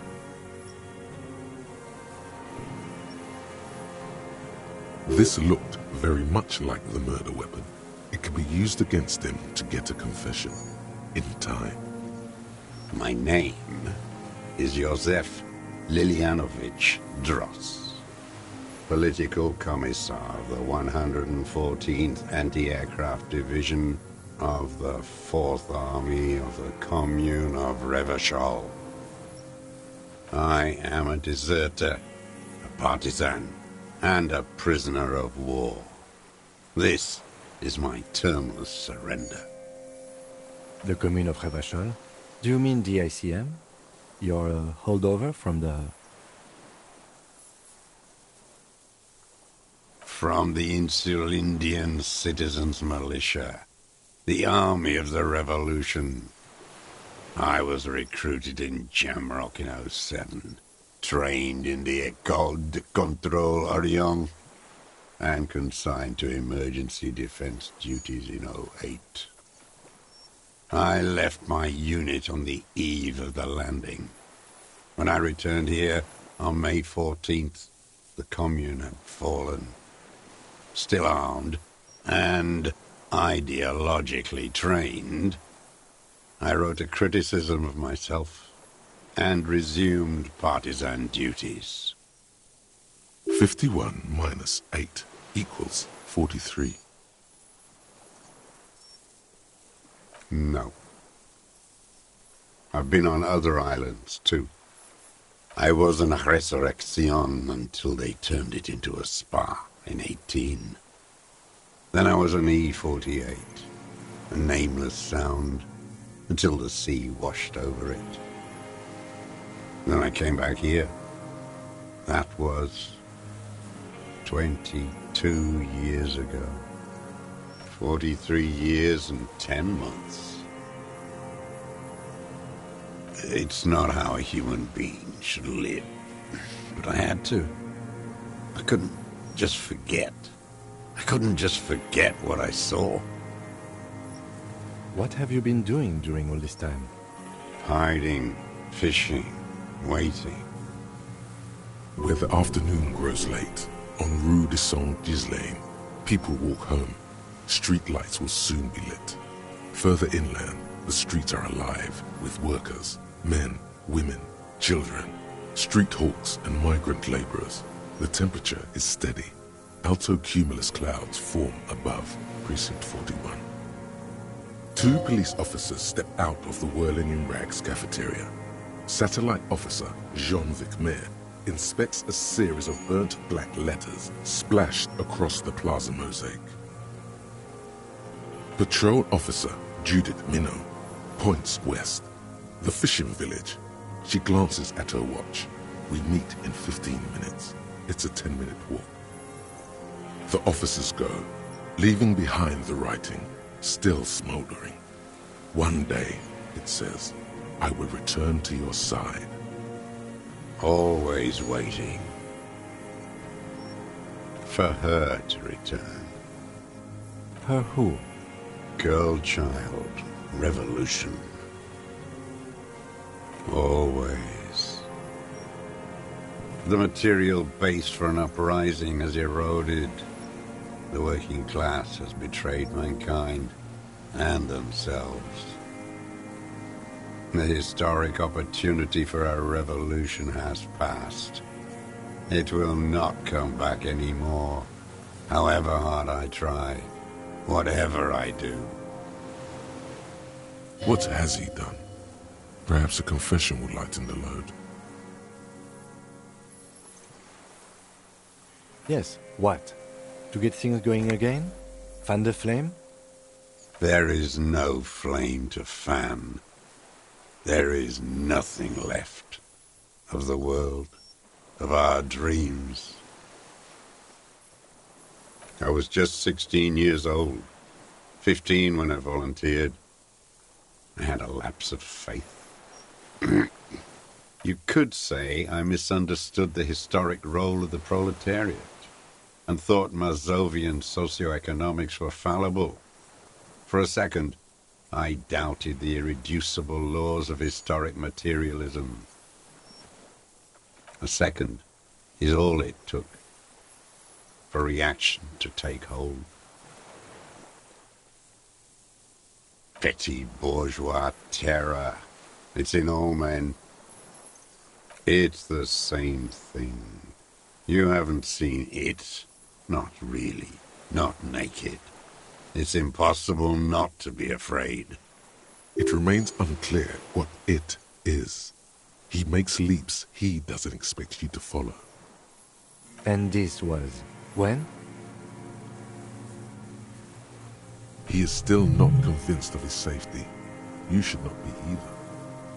May the 13th, 08, 44 years ago. The horizon was black with coalition airships. Their petroleum rose to the sky, and it looked like it formed the clouds, storm clouds. When they started shelling, it was dark magic. The combined might of international capital, all at once, all the greed and terror in the world tore into Revachol. It lifted streets from the ground and turned houses into ghosts. We were in the flak tower, huddled on the floor. The artillery was 80 kilometers away in Ozon, but I knew the commune would fall. We would all be turned into ash. So I said I was going to the map room. A terrible shame, still within him. The lobes of his ears are red with it. The shame and smallness of what he became. No. I climbed the chain link across the water and hid inland, in the bunkers there, like the weakest of the weak. A mouse, frightened at the ordnance all night, and the sound of the rotors in the morning, whirring, Airships. I climbed out into hell. The landing was complete. The chain was submerged. I had to swim back. The fortress was half submerged too, shattered. They'd all drowned in the lower levels or got torn to shreds above. The anti-aircraft gun had malfunctioned. So had I. I left them without ideological direction. The mask of humanity fall from capital. It has to take it off to kill everyone, everything you love. All the hope and tenderness in the world. It has to take it off just for 1 second to do the deed. And then you see it, as it strangles and beats your friends to death. The sweetest, most courageous people in the world. You see the fear and power in its eyes. Then you know that the bourgeois are not human.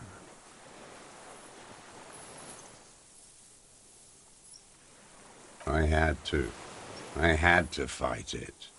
I had to never stop.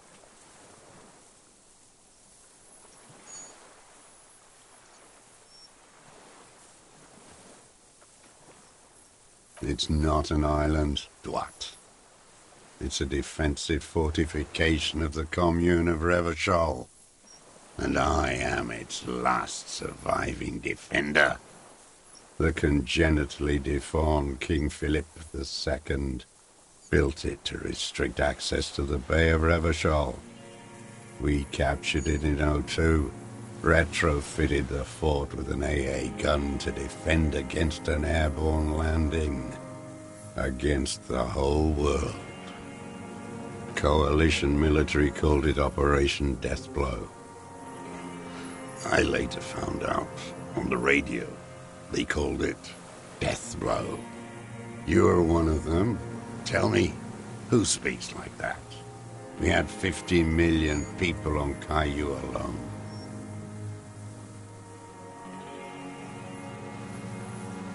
Sure you are. You're RCM. Answer me. Who calls an operation against 50 million people Deathblow?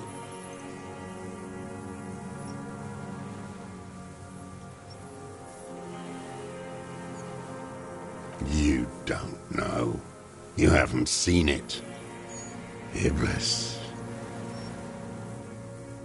The black-eyed angel. How does anyone survive? I steal. Now hold on there.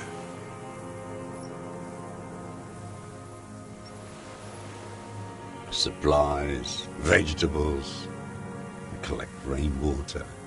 It's the life of a dog, not a human being. How is your health, Mr. Dross? I've been throwing up blood since winter. Red, like beetroot. Been passing it in stool, too. He does seem frail. Gaunt for his age. More like 75 than 65. Trouble putting on weight could mean cancer. The RCM can provide medical services. You need to be looked over. I need to die. You don't have medical facilities. You have guns. That's all they give you. Toy guns.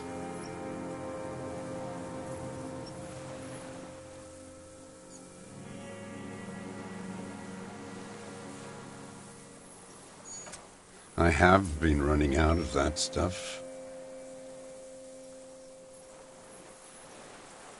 I haven't. I have holes in my brain. Years missing. Others filled with pain only. A decade of... I don't even know what. Inferno?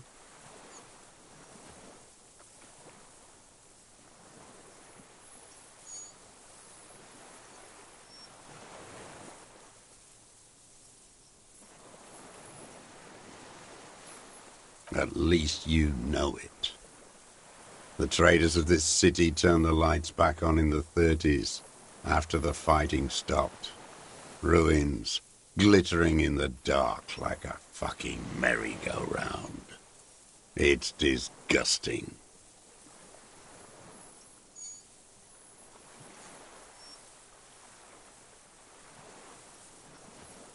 Are they not heartbroken? How could they have moved on? It was hard in the Thames. I didn't have partisan training. They were searching for stragglers, those bloodhounds. Floodlights on the water at night. There were posters, campaigns. We communards still hoped, and they needed to snuff that hope out. The East capitulated. Martinez and Cold City were turned to dust. But Jamrock, Forburg, even Coron, and Boogie Street, of course. Those fucking kips had Marsov coursing through their veins. And others too. Some cordons of Revachol was still fighting. There were cells. I tried to contact them. Soon they all went silent. The frequency's dead. At night, I used a dinghy. I only went after dark then. When I got to the city, I stayed underground. Patrols, you lot, the commons too. They'd started snitching. In the city, you move underground? From bunker to bunker. Not anymore. No one cares now. I don't even have to hide. They think I'm another antisocial vagrant. I could walk straight into that town if I wanted. I just...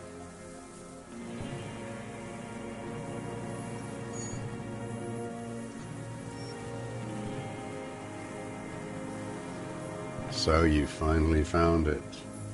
There must have been a small squadron's worth of arms in there. Elmer Graves, right?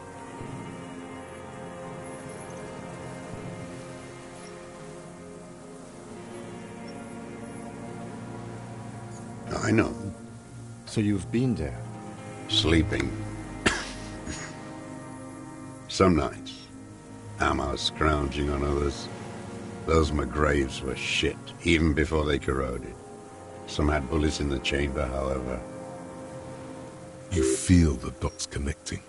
Little dots on the map he's walked across. Wait, how did he get down there?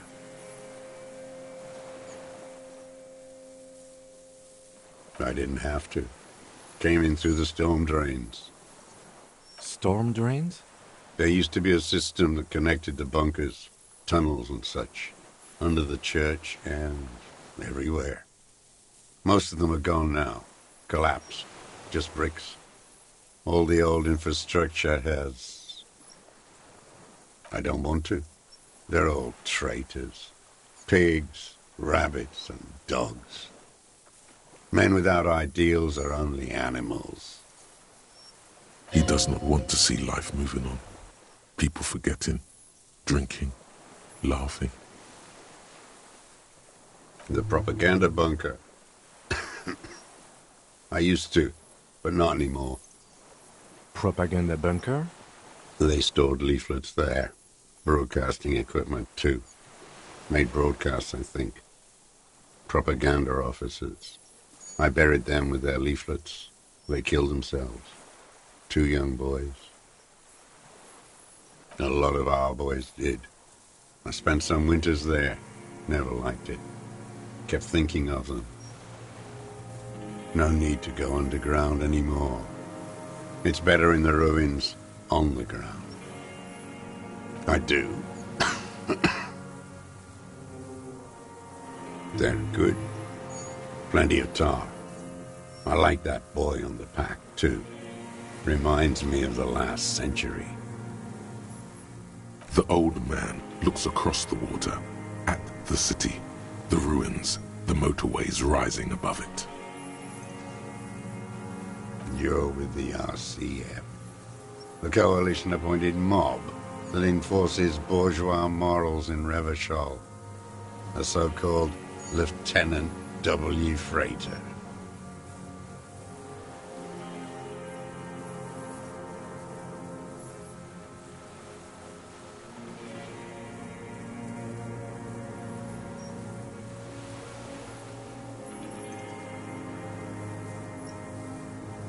You're the RCM. You represent the Moralist International, the enemies of humanity who took this city. I represent their adversary, le Parti Communiste d'Insolande. Take me to them as a prisoner of war. I have relinquished my weapon. I can no longer serve. No superiors can relieve me of my duty. You bulldoze them all to a mass grave for trying to free humanity. A spray of blood from his mouth on the black charcoal in the fire pit. Rene, the royalist on the coast, said, Liberal reactionaries signed that instrument. Traitors who should have been burned alive. I answer to the Communist Party.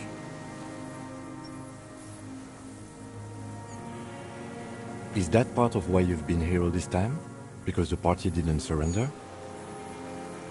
He just wipes the blood from his chin. Honor is a feudal atavism. My motive is class.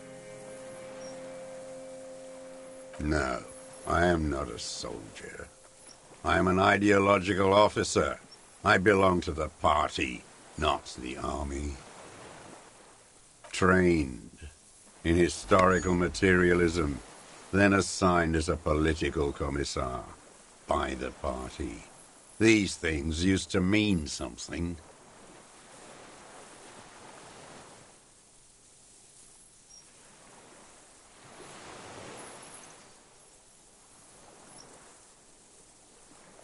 The old man does not answer.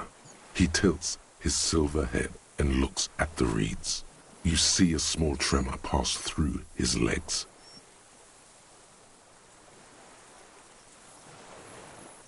His job was to assure the army answers to civilian control and follows the ideology of the Commune. Scientific communism. A commissaire politique is a night philosopher of the revolution, a future human. Awakened from shutdown by the promise of ideology. He nods slowly, then another tremor.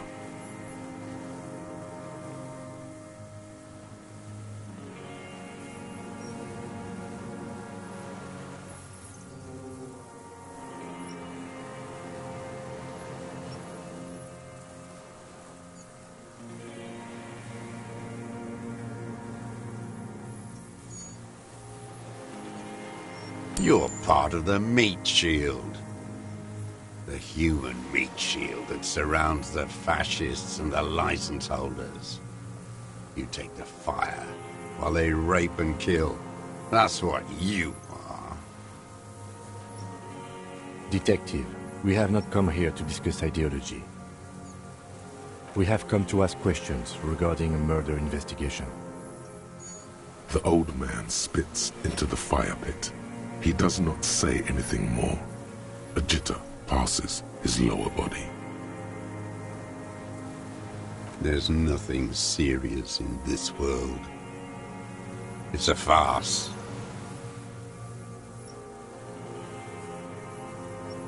I've used it for killing people. Killing people? It's a gun. That's what they're for. You want a moralist euphemism? Defending your family and your property. I haven't done that.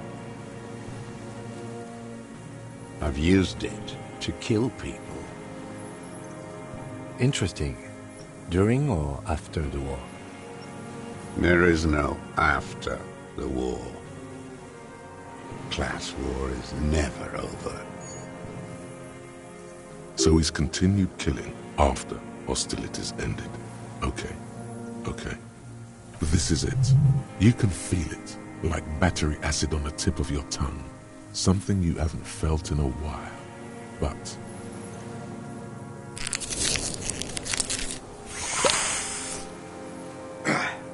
this is what you live for. This is the shit. The great serotonin jackpot.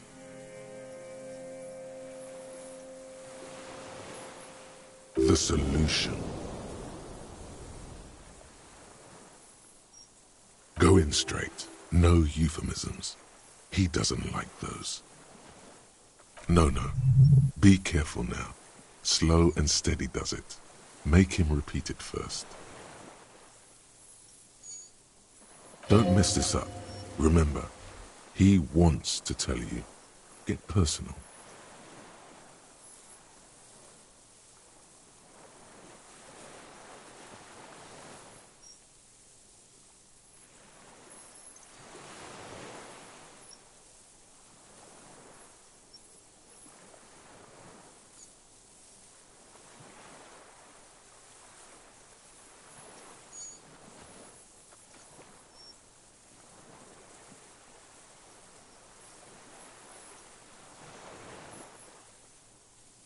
What did I just say?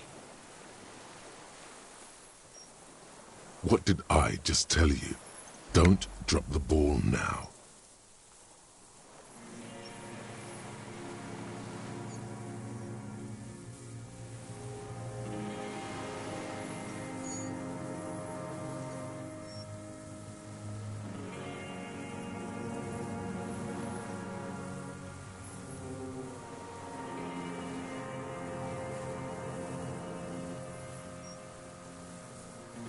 The who now? He heard you. He just wants to hear you say it again. This is dramatic flair on his part. Right choice. We're in. Do it, sire.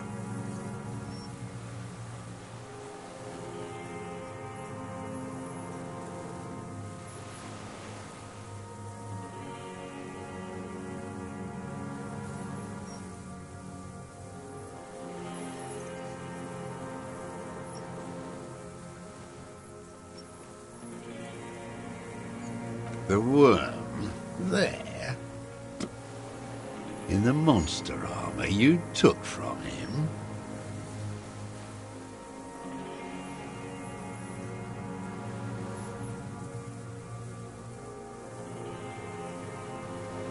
It is him, isn't it? An ugly piece of work, that boy. Did you kill him? I am a son of a welder and an officer of the commune of Revachol. I do not collaborate with murderers and pederasts of the liberal regime. A drop of blood in the saliva. Exhaust him with proof. Pile it all on him. Get a confession. The gun, the murder weapon, is the perfect opener. The scent of blood in the air. But what else? There was something you can't remember. Something about the tracks. Suddenly, all those tracks are so confusing. Go with something else first.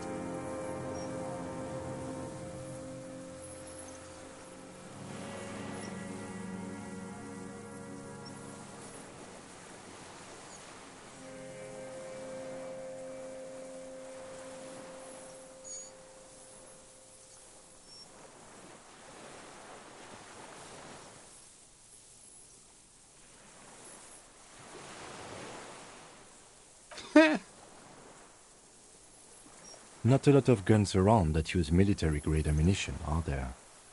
It's a real gun. Not like your little musketeer pistol. I've seen you prance around with that, jumping hoops for the liberals.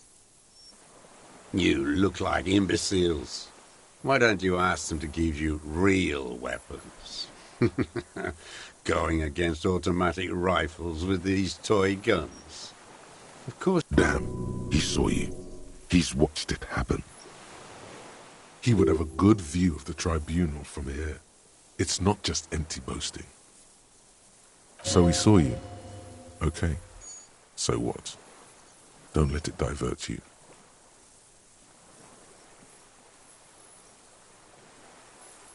You know what? You're right. I'm convinced this made the shot. Should we call it?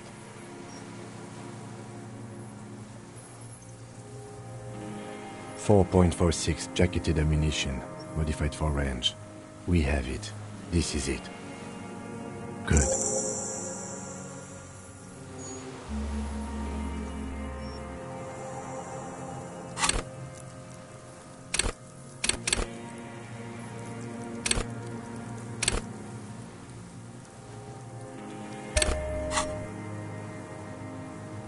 This feels good, doesn't it?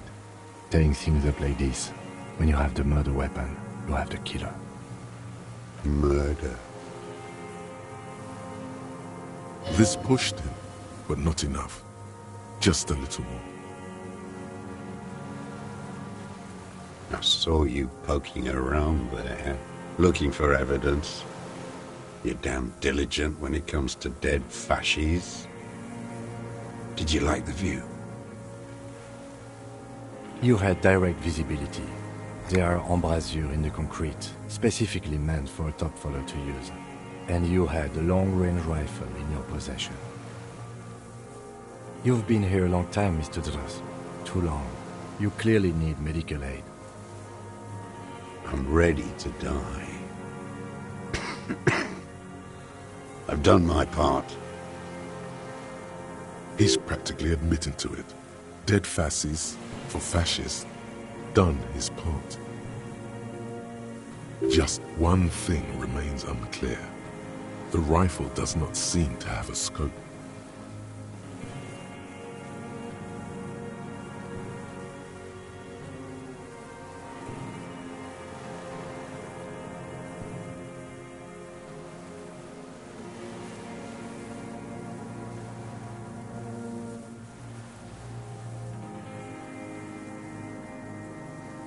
Because it's a sniper's nest, you stupid fuck. Radio Gosh is right. You have worms in your brain. Almost. He almost burst out there. Keep piling arguments. Anything.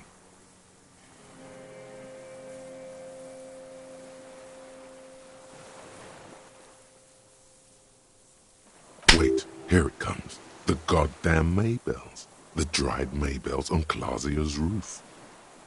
There were Maybells in the grass when you got here. They're revolutionary symbols from the war. Nowhere else, nowhere in all of Martinez have you seen them this spring. Wait, don't forget the footprints. The diagonal prints in the dust in the secret space behind Clausia's bedroom. Now they're gonna come up. You got it. Remember? The boot prints were like no modern soul. Damn Maybells. The whole island is turning white with them. He seems tender suddenly. Nostalgic even. A strange mood swing. So many this year, too?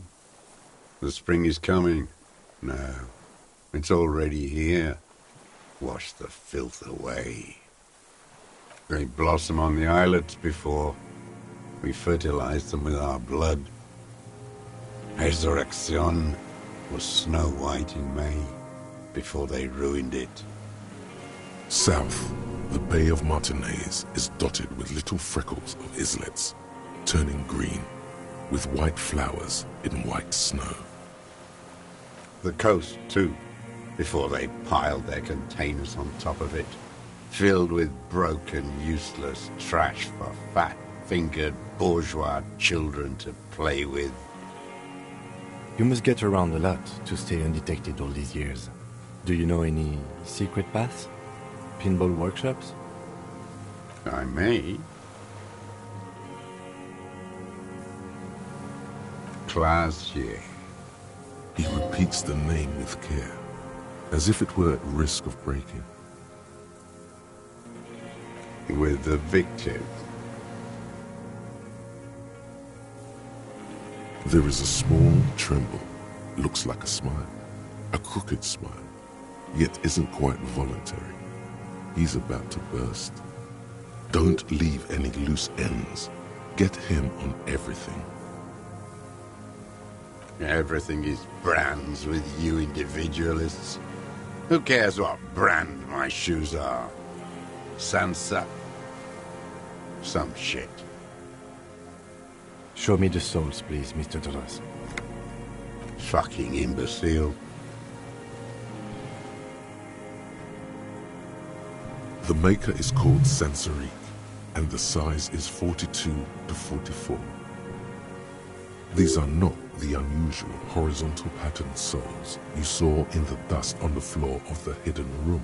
They do, however, seem to be about the same size. The size fits, but not the soul.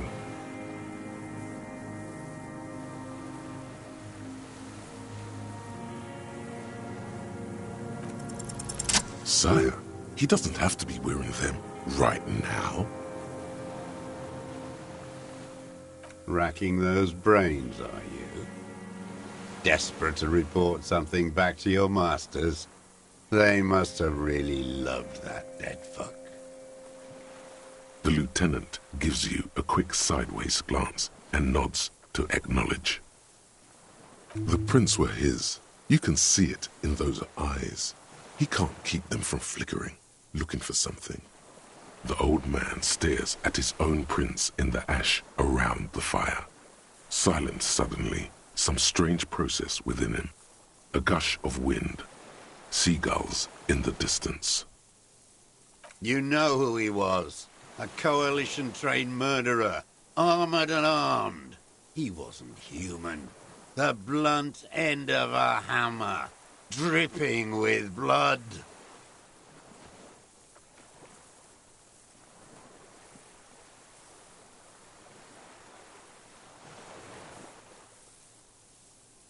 Beating us to the ground, moaning with joy. You hounds get so thorough when a company-trained killer dies.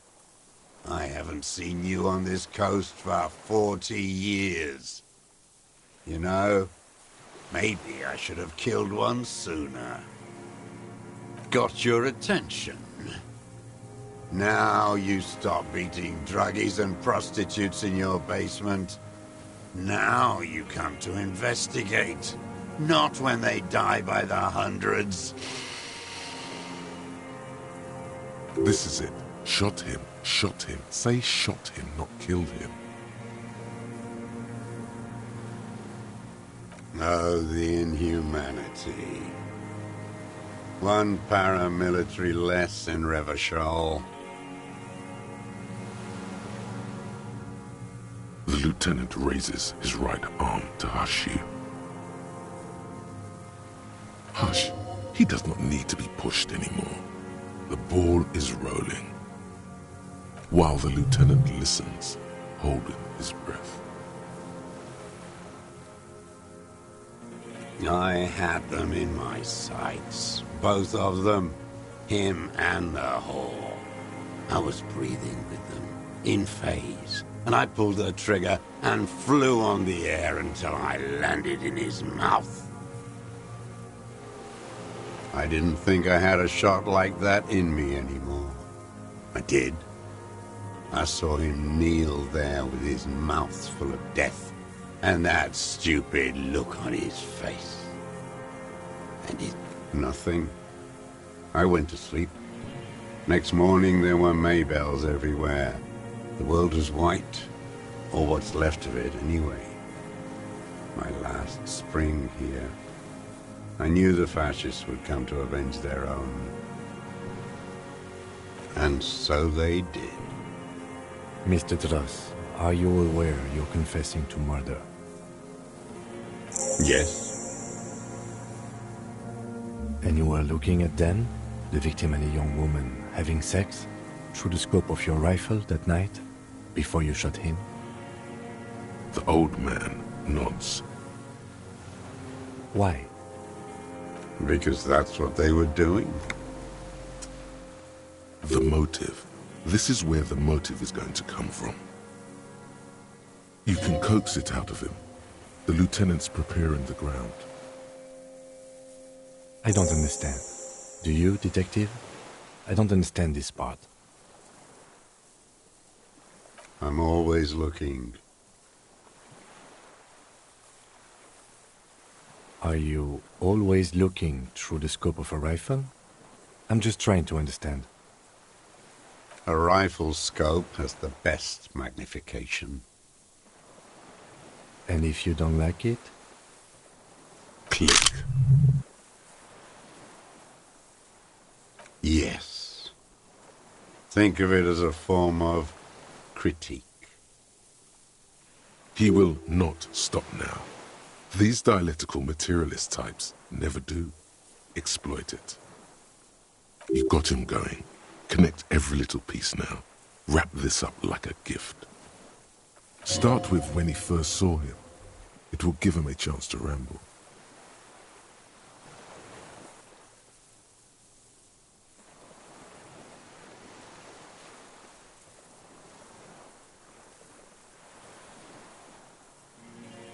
"3 weeks ago, when the rich hag came in on her galley, her honor guard came in tow.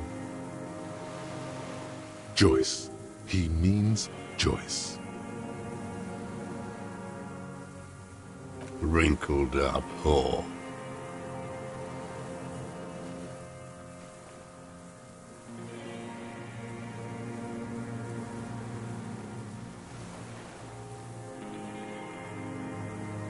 They moved into a deserted apartment above the roundabout. Radio equipment out for all to see. Reactionary radio playing, sloppy and drunk. I've seen their kind during the landing. Those Occidental and Mest phalangs weren't conscripts. Boys like us. They were whites. All they know is to destroy and hurt. Barely alive. They like to kill while they're on their drugs. After the landing, in the burning years, I would take shots at them. End them. The worst ones, if I had a bullet to spare. I could see they've returned now to show their real face. The face they don't dare show their bourgeois voters back on Mundi with their families and polyester clothes.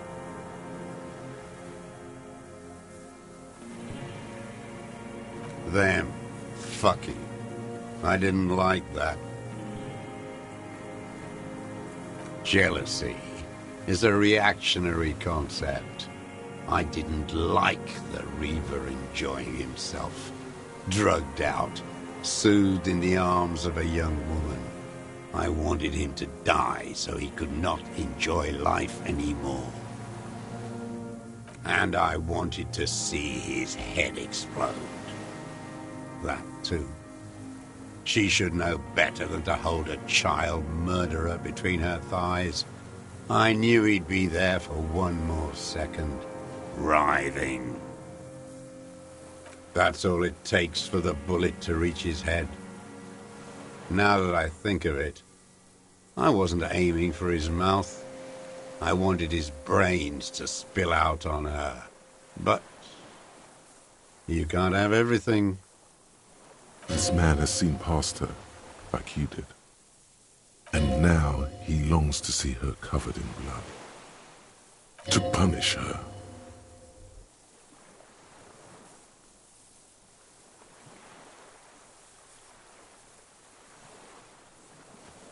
She practically breastfed that man. You wouldn't believe the things she let him do to her.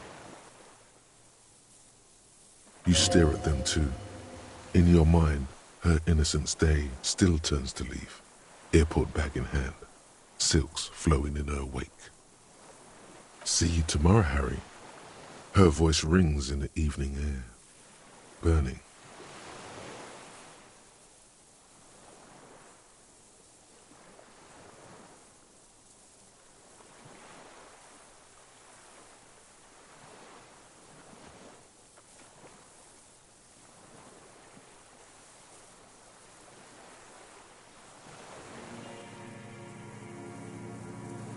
The old man raises his gaze. Something glimmers in the corner of his black eye. A bitter taste on his tongue. Since she came to Martinez, I saw her sneaking in the reeds early in the morning, behind the Fell building.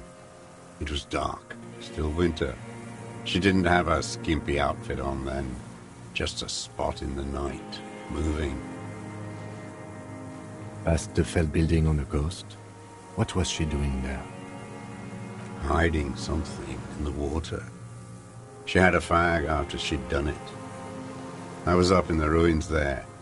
She couldn't see me, but I could see her, smoking. She was nervous, but not scared. Her passport and tickets to Villiers, and from there to Cachet Brut. In the free state of Semonine, hidden away at the edge of the earth, near the Pale. After she was gone. Did you keep what was in it? When we found the submersible, it was empty. No. Why would I do that? I didn't need tickets to Villiers. I put them back. If I wanted to extort someone, I'd do better. This implies that he's thought about extorting her. Also, a little inconsistency here. He was surprised to hear her name Clausia before. Would he not have seen it on the documents? You didn't say Clausia in there. Why would I need that trash? I'm not going to Villiers. A strange confusion comes over him from time to time. Some kind of aberration of the nervous system? It was something. I don't remember. It was dark that morning. I only remember her face on the photo. I did. She had a face like an archipelago, with those birthmarks, and a body hard and lean and bruised all over, black and yellow. I could see she's taken a beating. I could see who she was, too. A spook, on the run. Revachol's the cloaca of capital now. All the bagmen and arms dealers end up here to do drugs and have sex like animals. You could tell she was a spook? From the documents? She had different color hair on the photo, and glasses. Forged. Some sordid bourgeois affair. He's setting it up for you. The bruises, you can't make that out in a scope. You can't see bruises through a scope. It's just a blur.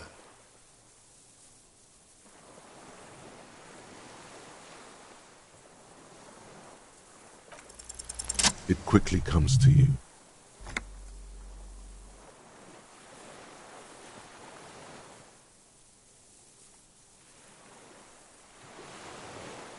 Oh, yes.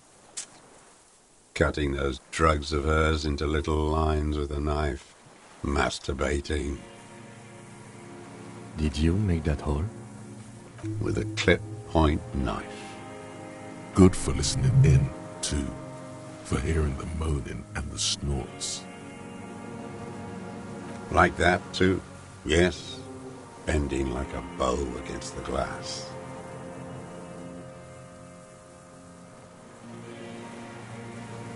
I've been through all of Martinez. Every nook and cranny. Yes, that, too. The things they did in that little room. What she'd do to feel good. Funny the way light works. You turn it on inside, and it gets so dark out, you can't see a man looking in. I learned that in the 20s, when they were still hunting me. I've seen people do some shit, but... Those two took the cake. You hear the familiar scribble of the lieutenant's pen. A quick glance at you. One more loose end down. We're doing this, detective. How did you get in there? The hidden pinball workshop? I can just walk in there now after a good wash. I told you, they think I'm an antisocial. Closing hour is a good time. The kitchen's empty. You had to open the steel door in the kitchen? How? I got that open a long time ago. Some bourgeois game merchant lived there.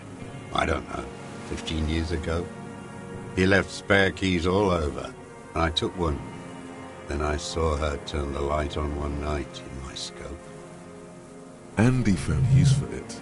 A spare key, like the one hanging behind the Union Box window. There's nothing to hold on to. Only this. It's not enough. The coals of his eyes glisten suddenly, like stones dripping with water. Is he crying? Man needs to feel something else.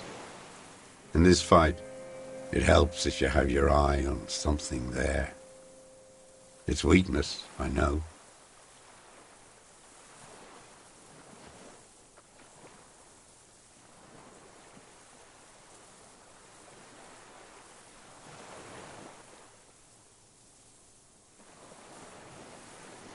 No.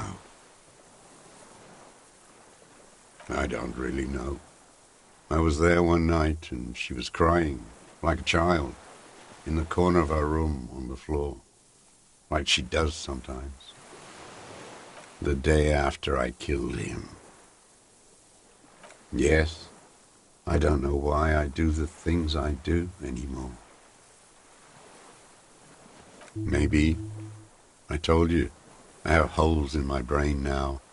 I wouldn't just sit here waiting for you. If you came 10 years ago, I would have killed you. In the silence, the lieutenant draws a line in his notes, then nods at you once more. One more down. Her. The lieutenant nods at you in acknowledgement. That's it. Motive. We have it.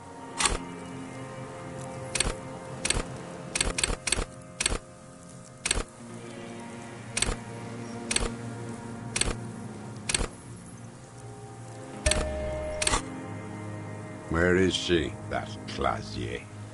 I haven't seen her there for days. Safe and sound, sire. Surely you have not misplaced the witness.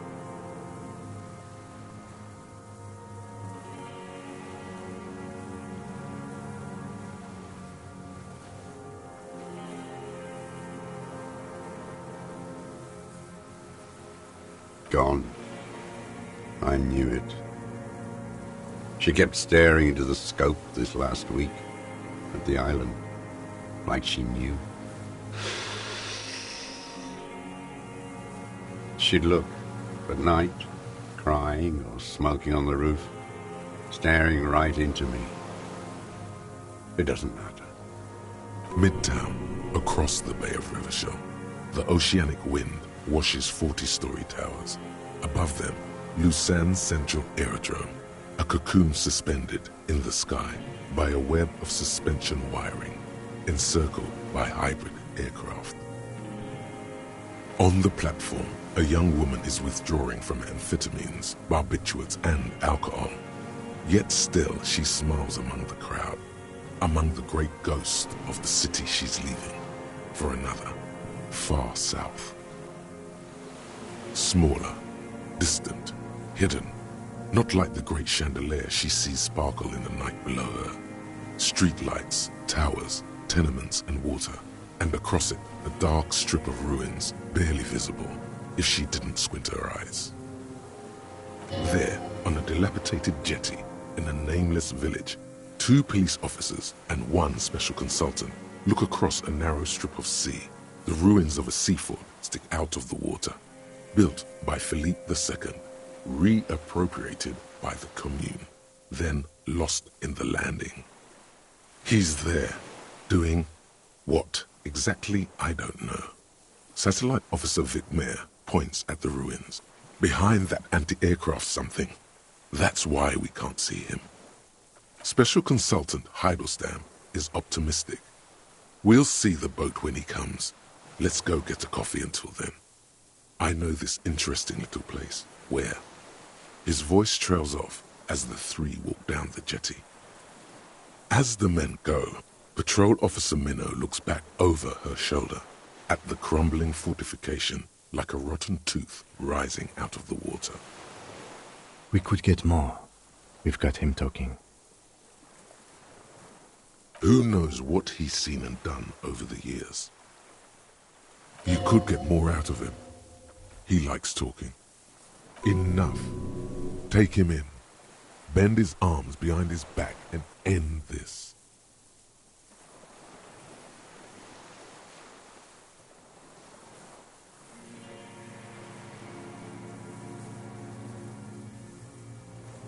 I ain't going anywhere.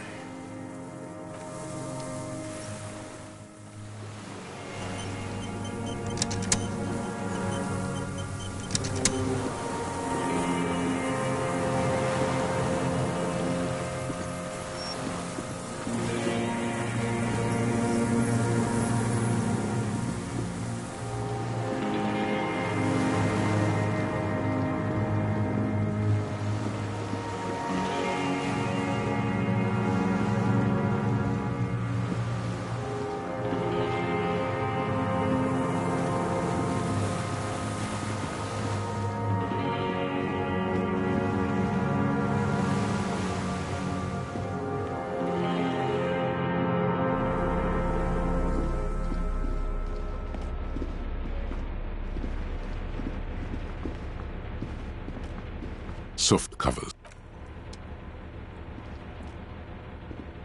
The greasy old spring mattress lies in the corner.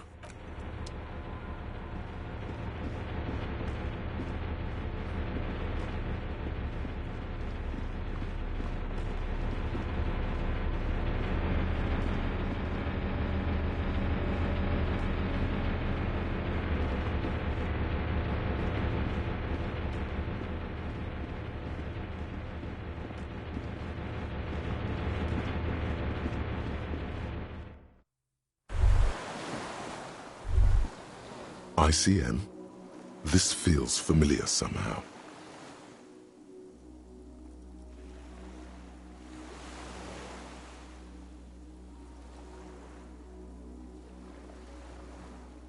Insulindian Citizens Militia. It's the official name of the Communards Army, the black and white army of the Revolution. Sounds an awful lot like. It does. The RCM may descend from the ICM. It's impossible to say. It was chaos after the war. The name was good for getting people to join us. Revachol West was mostly workers and criminals. Nice political thoughts rush through your neocortex. It's going to be hard to say them. Carrying around all that weight on a busted crutch is making you pant.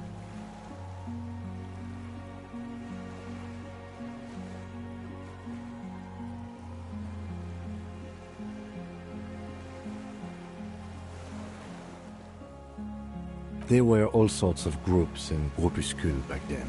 It doesn't really matter. No, an upside-down star. With its horns in the sky, the symbol of the commune. No, that's the uninhabited archipelago. A DeLorean-era symbol of Insulinda, known as the face in the sea. After 44 years? That's not nearly enough to hide what happened here, Lieutenant Yefretor.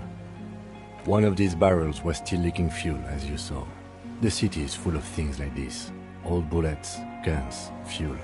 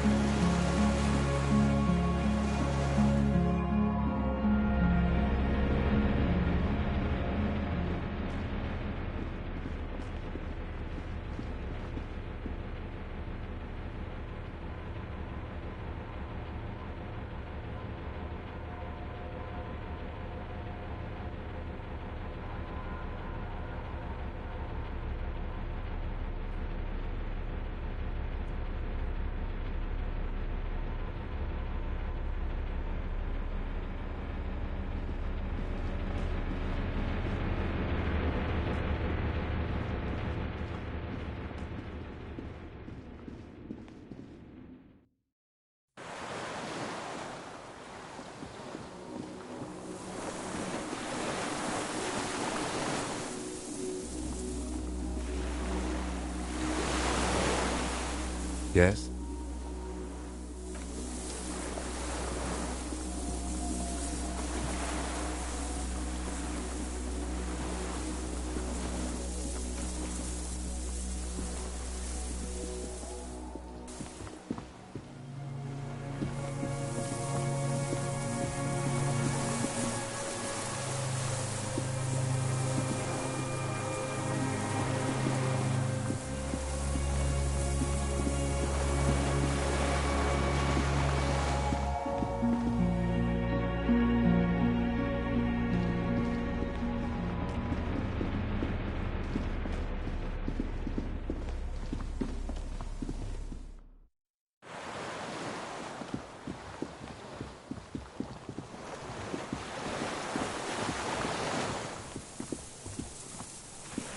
The old man stares despondently at the logs.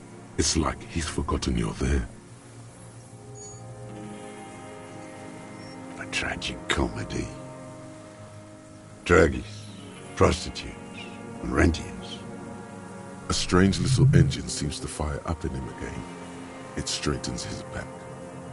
The familiar pat-pat-pat of hatred. Specifically, the whole city is a charnel house, stripped clean and draped in neon. But Martinez is the worst. Because of the racists, everyone is a racist in Martinez. It's their favorite thing to do in the whole world, listening to race-themed radio shows. In the ruins, in their lorries. Pumped full of steroids and Radio Revachol 92. Race this, race that. It's all sanctioned by that Social Democratic Union and the farce of a Social Democrat who runs it. Yes, the fly larva in his container. He let some nihilistic advertising yuppies erect a statue of Philippe III, a syphilitic murderer, on the town square, to spit on the working class. Not since the serfs of ancient Pericarnassus has history produced a more inert social class than the Martinez proletariat. The rest of Revachol at least pretends to rebuild. These people still live in ruins. Intense, like animals, like those boom-boom morons on the ice. A pity they didn't drown in that tent of theirs. The worst of them is the blood-drenched Sucrion on her yacht, licking her lips. The old whore's gone now. Her gun-toting porcelain men are dead. So, actually, no. The worst is that old cock parading around in his uniform, throwing balls all day. It's not enough that the racists and liberals are dancing on our graves. The old loyalist ghouls still parade the ruins too.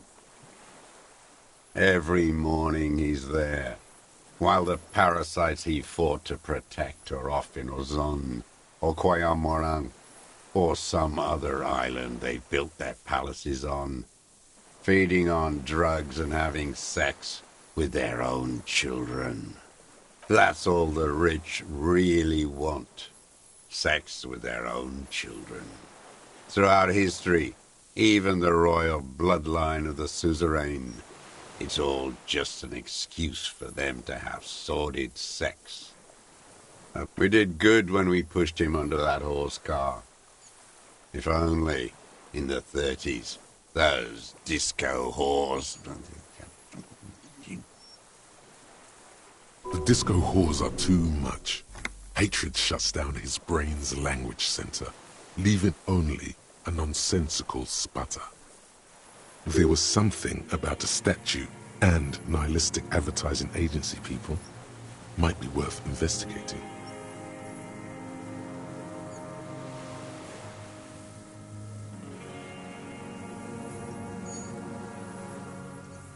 Whores. Syphilis is a disease Philip III contracted in a whorehouse. The statue is an abomination. The bacteria entered his brain and made him squander trillions on sparkling wine, cocainum, and monuments of himself. His son, Philip IV, the insane, contracted syphilis in the womb. That is technically possible, although Philippe III was not actually syphilitic. He was just mad. And he still went on to govern Revachol for 25 years. We lost 2 million lives toppling that mode of government. And those grotesque statues, too. Hundreds of them. What a keen remark. Yes, it is, isn't it? It's still there. Do you know why?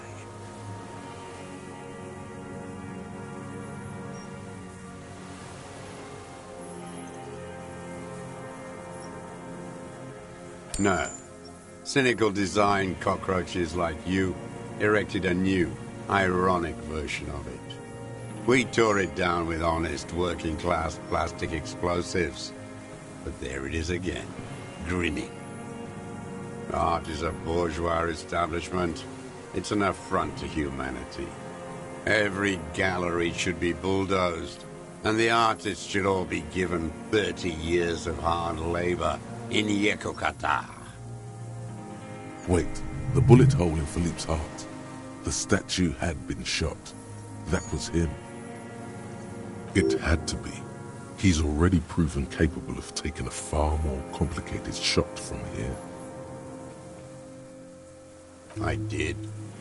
A needless, sentimental gesture. I should have spared the bullet for a deformed monster of liberal capitalism. Shameful, really. Yes, shameful. So many others to punish over the years. Isn't that right, detective?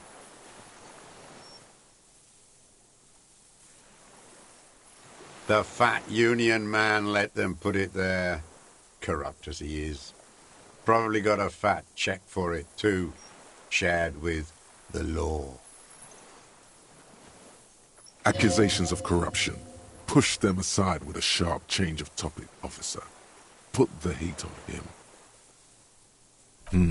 He keeps having opinions about the union's leadership.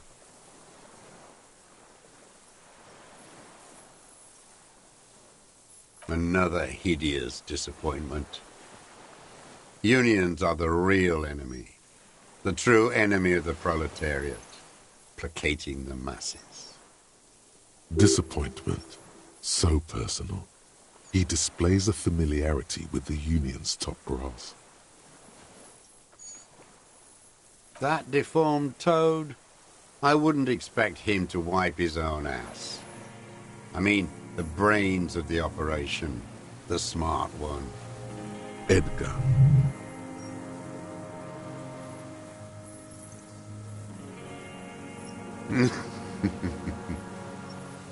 He talks a big game about uprising and social base. They must have sent the smart one to some university in Le Jardin, where it's alienation this and hegemony that.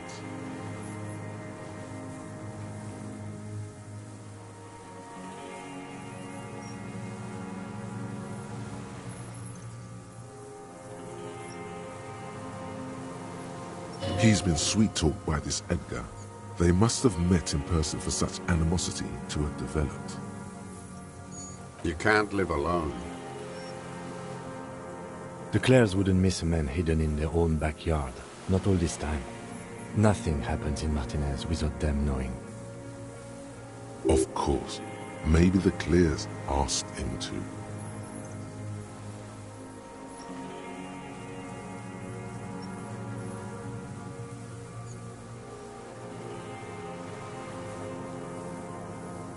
Don't go straight for the kill. Exhaust everything else first. Soften him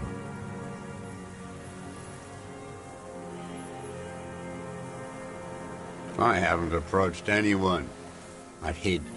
It was Edgar who came to me.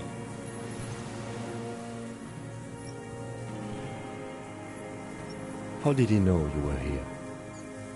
He didn't just stumble in like an oaf. He figured it out. Some kids told him about a monster on the island. I told you, he has brains. Stepped right off the boat and walked down where you came. I even kept the door open for him. Thought he was a man of the left, wouldn't rat me out.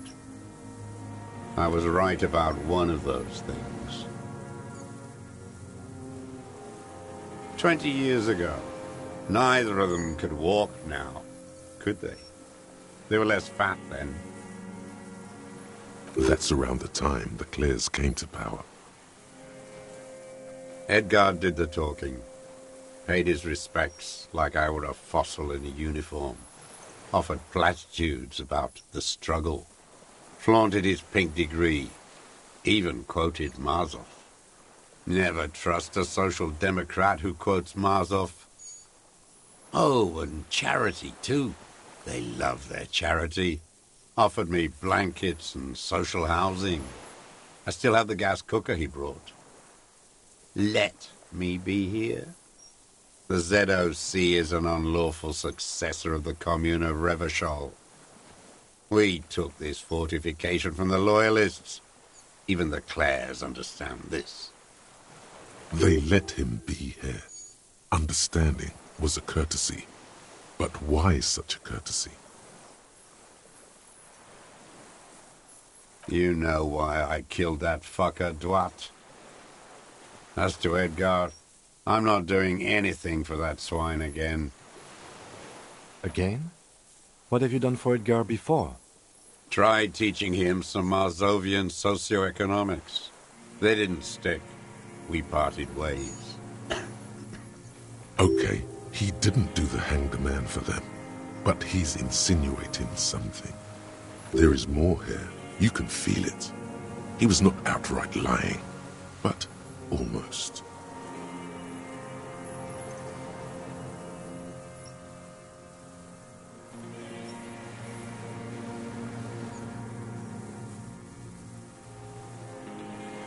Every fucking morning for 34 years. Throwing that ball. One ball against the other. I've always loathed that game. That is not a working class game. I don't care what they say on Radio June. Royalist ghouls played like it was life itself. Click, clack across the water each day. And that uniform, like a parrot plumage. I won't even mention that he's a traitor to his race. A petank maniac race traitor.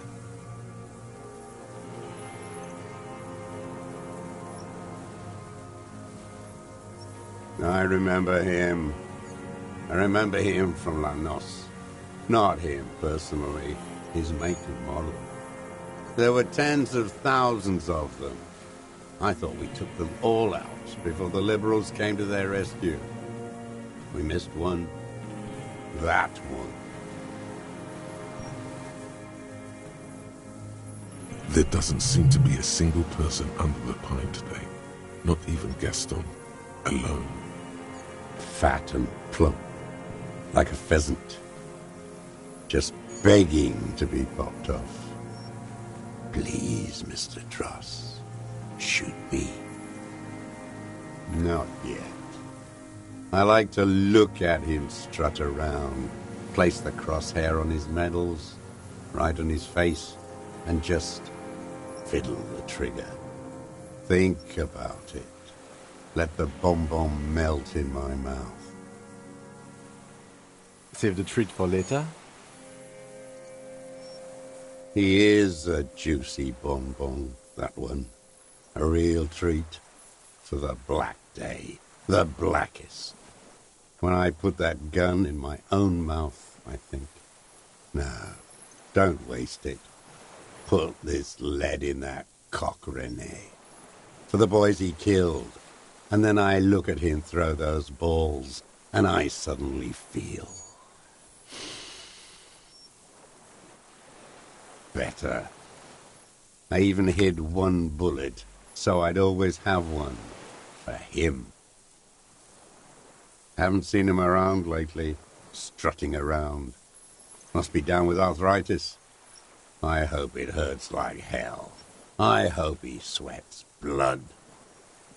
Hearing it may destabilize him. You sure you've gotten everything from him?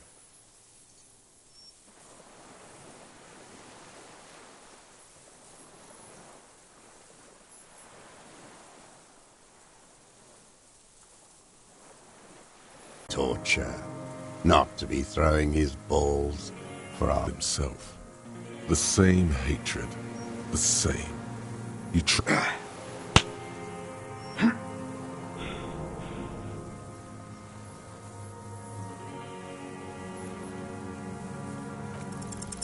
The connection comes to you like a splash of cold water. Dark, cold water.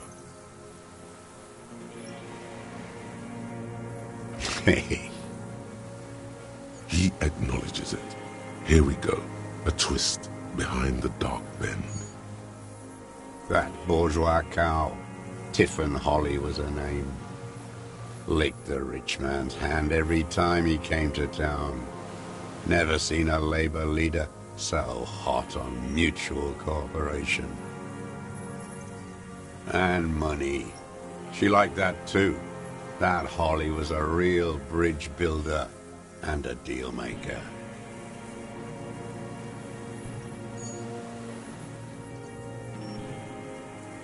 She was, and she was real soft on those money men. Had a Barbara Muscova bag over her shoulder that she liked to bring to work. Called in, they say, on the eve of battle, ran away, vanished like a piss stain. No, that's not quite it, is it? Did she? They say her daughter called in, not her personally. But that wasn't really her daughter, was it? No, I guess it was not.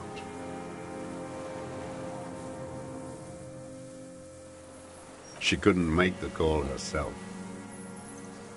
Here it is, the bend in the river. Because she was dead? Just say nothing. The cow caught a bullet in her right lung. Fell into the canal grasping her tit and drowned. Or bled? Hard to say. It was a sloppy job. And a moving target. She was going home, waddling, dressed in yellow, drunk like she often was. The ruins were black around her, and she had a yellow leather bag under her arm. She tried to cross the canal, heading home to Grand Couronne or Betancourt, someplace like that, where they build those new bâtiments for the people who flourish in the hell around her, and the ruins. Be abstract here. A bit of drama.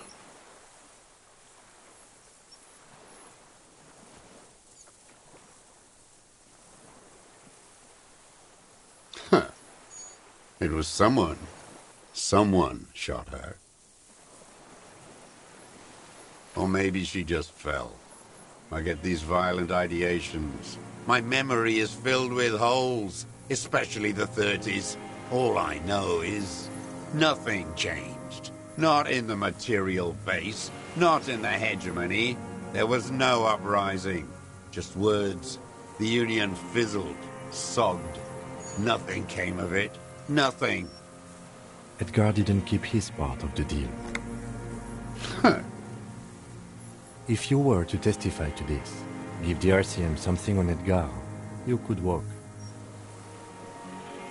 We would strike everything you've done and process you as a POW. You were in a war. You were on assignment. We could even extradite you to the Samaran People's Republic. A degenerate worker state. Goat shit. No, thank you. I'm Revacholian. My days are short. I will rot away here, in a moral intern cell. I will not testify to anything. Come on, just a little. Your buddies.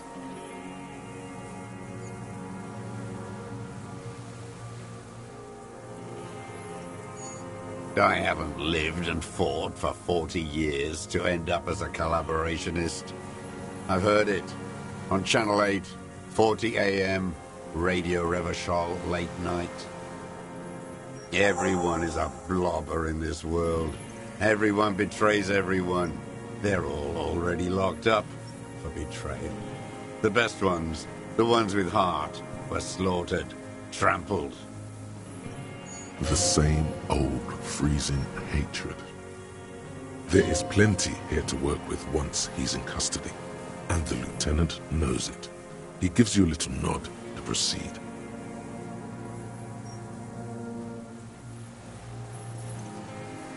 Yes, where is he? I hope he doesn't have debilitating arthritis or kidney stones. He can still come out to play with balls and get shot in the head, right? Yes, of course.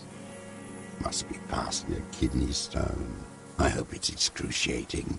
At least it keeps him from throwing his balls. He seems relieved. He reminds him of himself. They are veterans of the same war. Somewhere west in Coal City, with an agitated gait, Satellite Officer Jean Heron Vichmer paces the jetty, 22 kilometers east in Martinaise. What could he possibly be doing there for so long, he says. Police work? Patrol Officer Judith Minot replies, with a tinge of hope in her voice. Tinge of warmth, too, against the cold air rising from the water. He's drunk, she thinks, and we all know it. Still, she's just trying to see it in a generous light. Glad? It's all gone.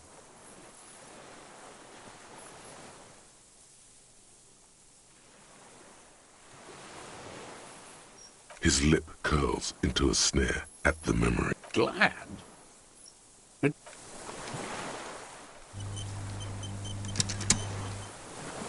The old man stares despondently at. What strikes you about this gaunt man is not the stomach pain, or the cough, or the malnutrition. For a man who's spent 44 years hidden in the urban wild,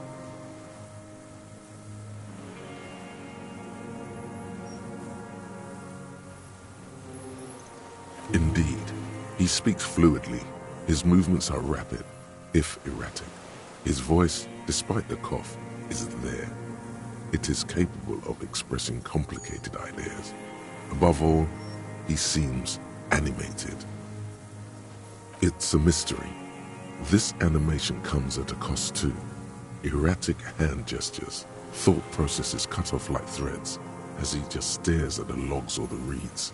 He also suffers mood swings, bubbling to the surface, unconstrained by his nervous system. You've seen demented people before. This feels similar, yet different. When his thoughts move, they are lucid, keen even, not senile. No, I'm not okay. I shit blood, and I'm surrounded by insane people. There it is again, erratic hand motions, bouts of rage, and the stomach thing too, of course.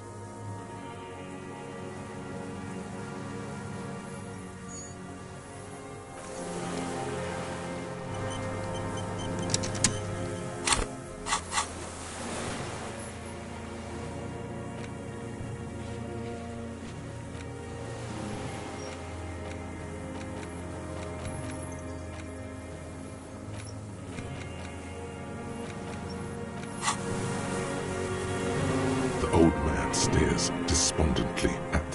What? This terror is the sum of all the uncontrollable movements and mood swings he's been exhibiting. The wind picks up. The silence on the water is broken all around you. Little shivers of waves appear. The lieutenant continues, like an incantation. Your Wayfarer rights have been suspended. Information provided to the officers on the scene will be used against you by the prosecution. You will be given legal counsel within 1 week and must face court in 44 days. Do you understand? Do you understand? But... No, I don't want to. I have to stay here. He's sweating. Beads are forming on his forehead. Your confirmation is not required, sir. Now on to the boat.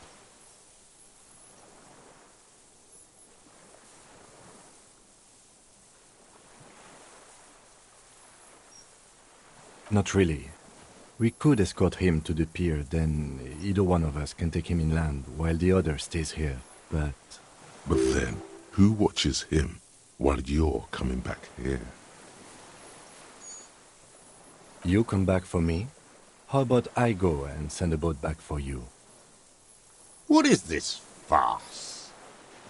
This is a fucking farce. I can't. Lillian, you could ask her maybe. This is no harmless old man. This fucking world. This world. What is this?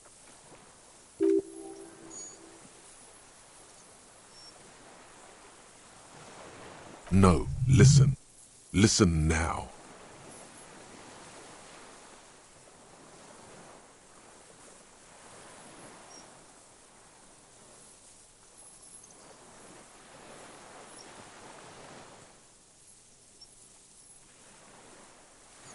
No, it would take a whole day on this island. You go and transport the prisoner. I'll be here. I can escort him to the pier with you. This world? What are you talking about? Is this... The wind is cold from the east. Your skin is crawling suddenly.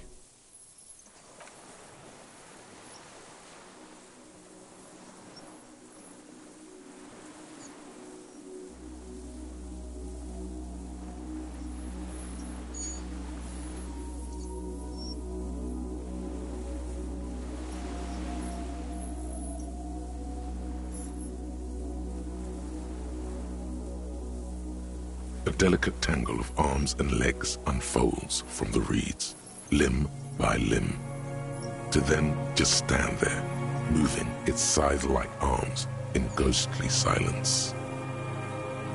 What are you talking about?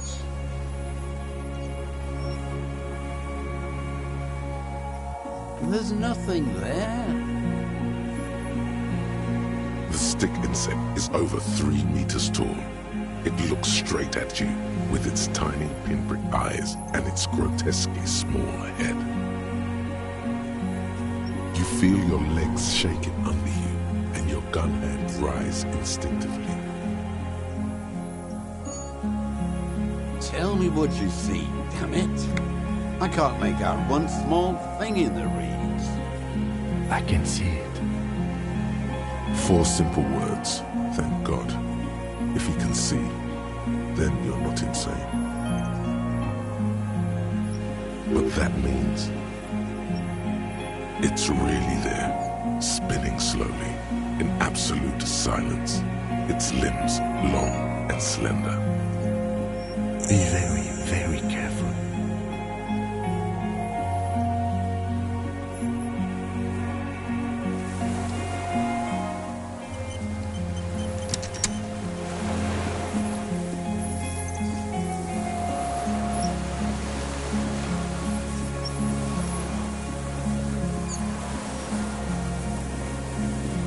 The creature stands on long stilt-like legs, antennae hanging from its head like a woman's hair, white and curled at the tips. It is no more than 5 steps away from you. The segmented antennae move with apprehension, searching for something that's not there. Take long, deep breaths. Slow down your pulse. Don't move yet, and when you do, be light as a feather. Reed-like tufts stick out of its joints. As the insect moves its forearms, it produces a faint hiss, like a reel-to-reel machine spinning after the tape breaks.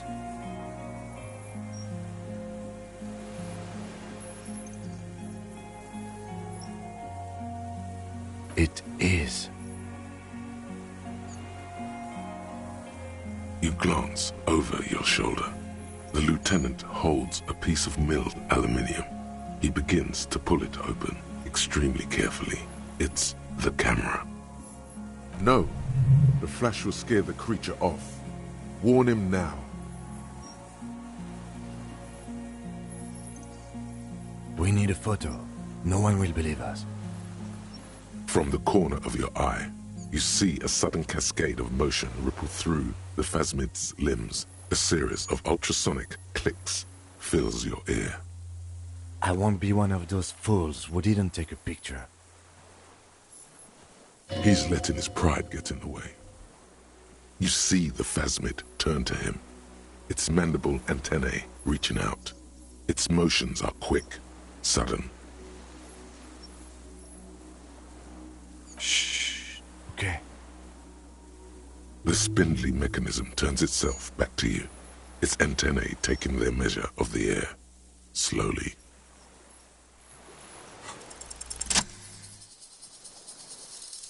Slowly, with your breath held, you take 2 small steps toward the phasmid. The creature lets out a series of ultrasonic clicks that swarm around your head like swallows. Like laughter, a sort of happiness. The tracheal system on the creature's abdomen expands in front of you to take in and expel air. It's smelling you. Hissing and clicking, it extends its mandible-like antennae to greet you. You're right below it now, looking up at the colossal chitin of its white limbs. The head of the creature is crowned by reeds, and its eyes are like small droplets of water.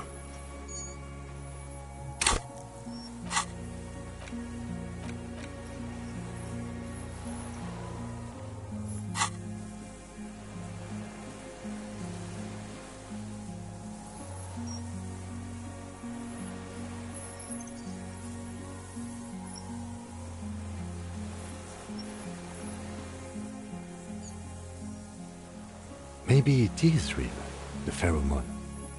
About now, he is ready to believe in anything. The insect's head is crowned with reed-like scales, the shape of seed heads. They rustle as the air moves. The ventricles at its abdomen continue expanding, like lunglets. Breathing you in, your sour, greasy semiochemicals on the breeze. The insect stops its stridulation, seeming to observe you. Below its crown of reeds, little pinprick eyes detect motion, glittering. The world stands still around you. Suddenly, there is silence.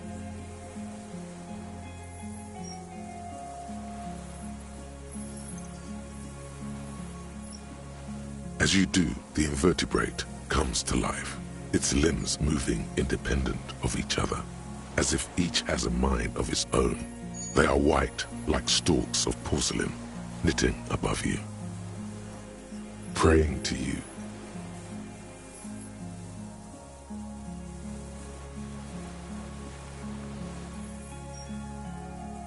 Unwittingly, the insect continues its stridulations. As it moves, tuft-like structures, still pretending to be plants, rustle along on its joints. No reply.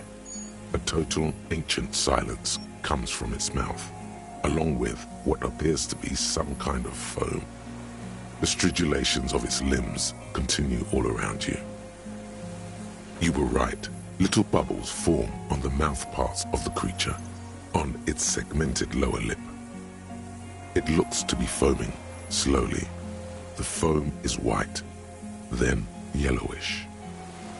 The faintest smell, like you've never felt before, like burnt roses. Careful, it may be poisonous.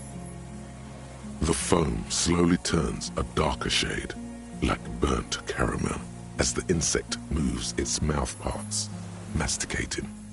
The little bubbles begin to burst, one by one, letting out that same smell, like summer burning.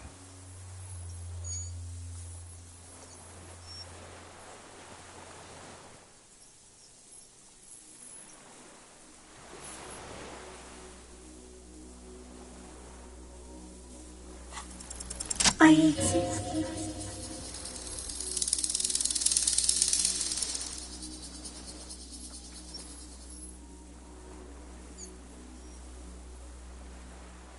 Tell me what it's like for you.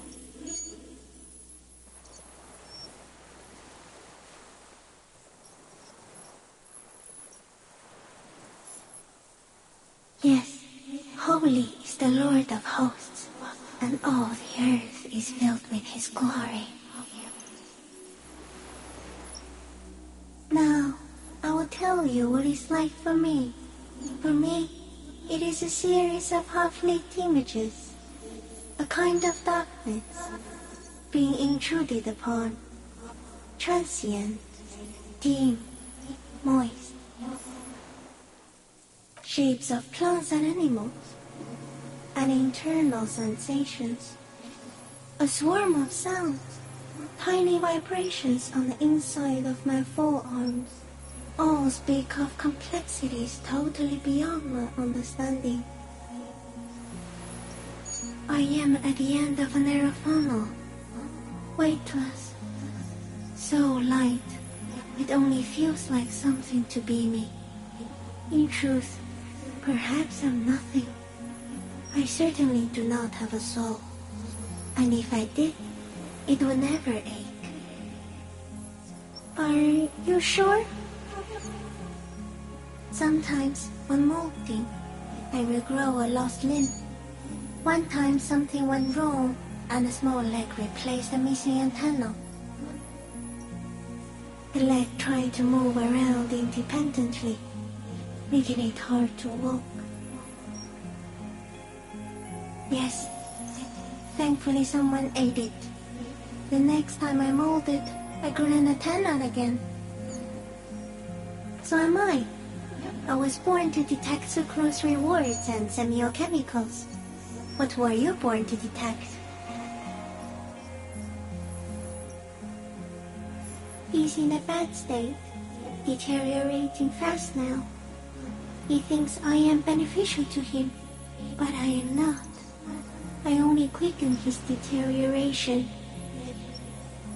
Very slowly, and only because he won't go away. It is meant to keep them from noticing me, to interfere with the pictures in their heads. But he has looked at me for too long, and I am destroying him. No, you're awake. I am real. Light is forming me. This is real. Not even the birds know that. Not even the water lily.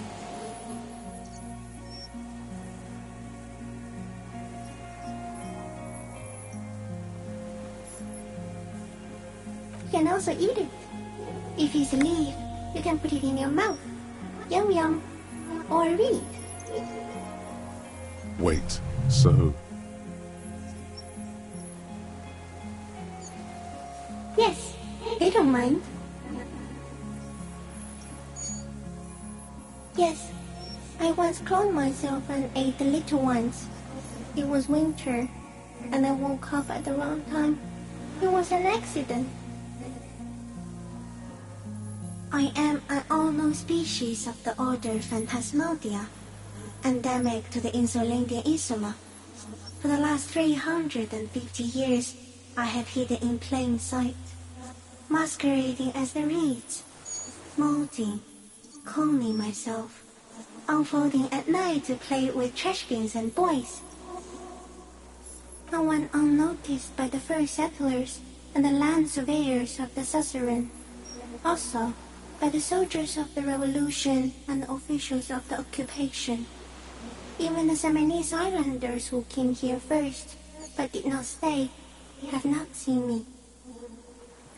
I have stayed hidden through 4 forms of government and 2 scientific revolutions, until I was accidentally discovered by a detective of the citizen militia in Rebelshaw, district of Martinez, March 51. No, you are.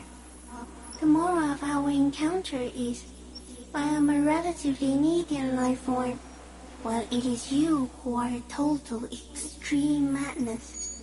A volatile senior nerve system ominously new to the planet. The Pale too came with you. No one remembers it before you. The Nidarians do not. The radially symmetrics do not. There is an almost unanimous agreement between the birds and the plants that you are going to destroy us all. It is a nervous shadow cast into the world by you, eating away at reality. A great, unnatural territory. Its advent coincides with the arrival of the human mind. You're a violent and irrepressible miracle. The vacuum of cosmos and the stars burning in it are afraid of you. Give me enough time, you will wipe us all out and replace us with nothing. Just by accident. We suspect it will be something like the oxygen holocaust that wiped out anaerobic life 2.6 billion years ago, when organisms first started breathing. Only much worse. Instead of air, you exhale thoughts. There are no trees that eat thoughts. Everything your eyes touch goes back there, behind the nose mirror. What if you blink? Are we still here? Please don't blink. What if you misplace us all one day, or just forget?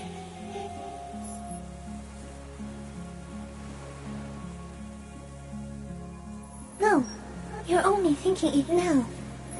This is a revelation.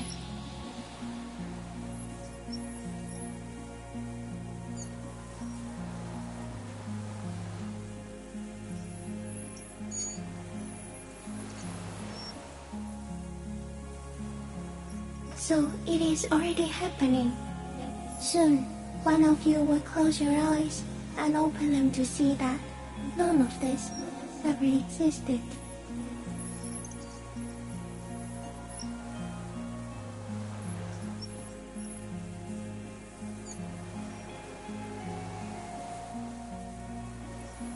It doesn't look like that, no. You're just staring at it.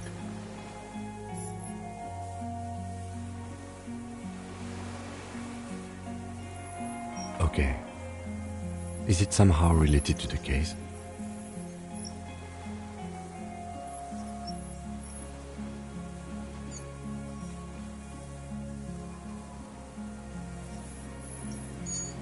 I think we should take the picture, and then you should back away from the unstudied species. It doesn't look like that. You're just staring at it.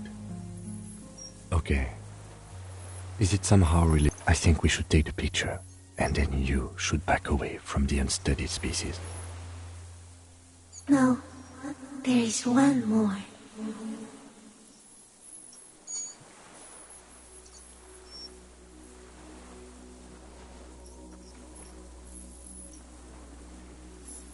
Thank you.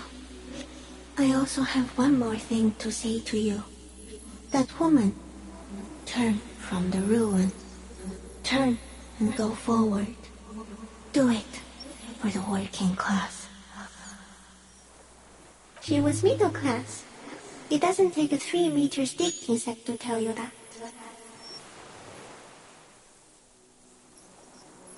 Okay.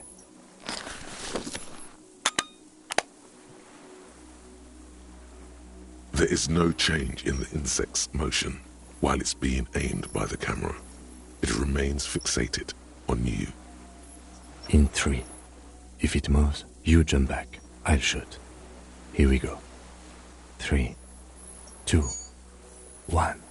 The shrill flash of the camera cuts the air like the blade of a sword. The phasmid freezes in its bright light. Head turned toward the lieutenant, hypnotized by the flash. It stands frozen before you. I got it.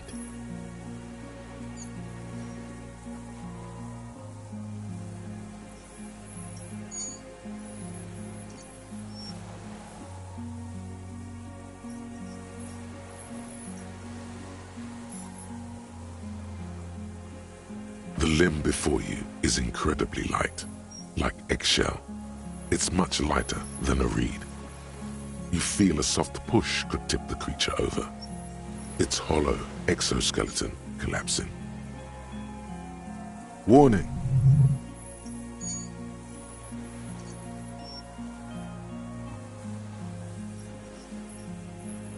A sudden shiver passes the limb.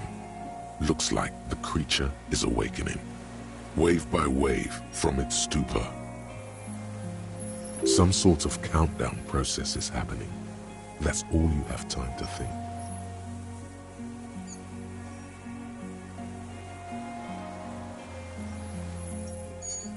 The antennae hang from a great height. With your hand shaking, you barely touch the tip of the left whisker. On contact, the kiting curls into a spiral, like the tip of a poison ivy. Its touch on your fingertip feels cold, ticklish. It is surprisingly delicate, the curly end of the whisker, like a young vine. It's even a bit wet. Be careful, detective. It's moving. You were right. It glistens with some kind of moisture. The creature in front of you stays frozen. It tastes like sugar, very faint. The anthropod towers above you, tufts of reeds pointing from limb and head alike. Odorless, mostly comprised of water. Another shudder pulses through the creature's limbs. It jolts back to life, like a record continuing where it left off, in a swaying, praying motion. Even the small black pearls of its eyes do not stray from you. As you're turning away, the phasmid mirrors your movements, stepping on the water, the long limbs carrying its feather weight without breaking its surface.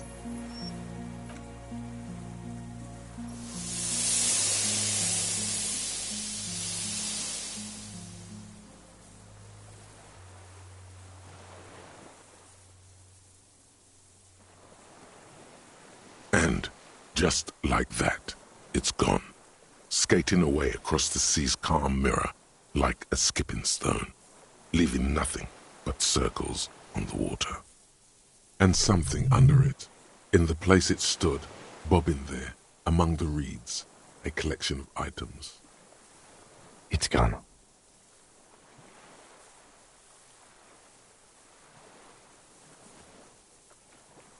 Looks like a nest of some sort.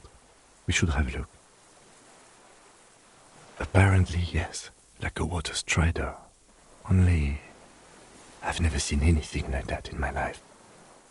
What now? Our suspect is not looking so good. We need to check on him.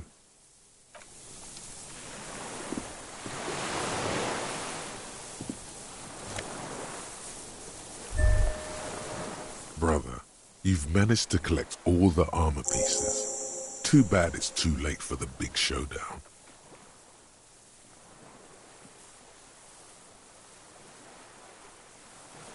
Indeed, you found it all. Now your mortal coil is completely protected. Few cops are this futuristic.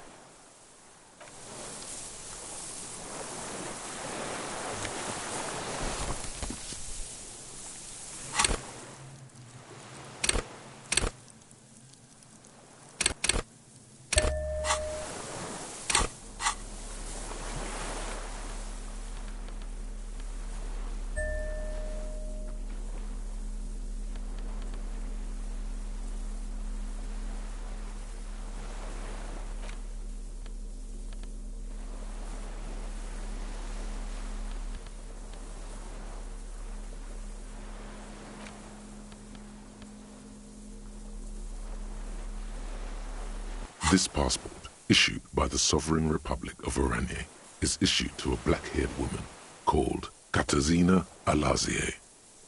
Classia's hidden documents from the MT boy. It's Klasia, with short black hair and glasses. She looks boyish, younger somehow. Maybe our man, Mr. Dross, took it from Classius, or whatever her name was. Hiding place, or...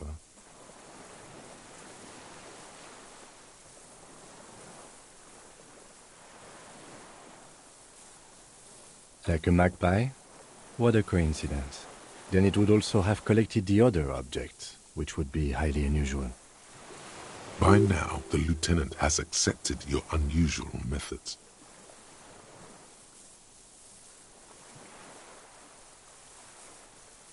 I can see how the helmet could wash up on the island, and the scope. Maybe Mr. Dross lost it, but to seek this out would be very unusual behavior for an arthropod. A curious octopus would do something similar, or even a cuttlefish.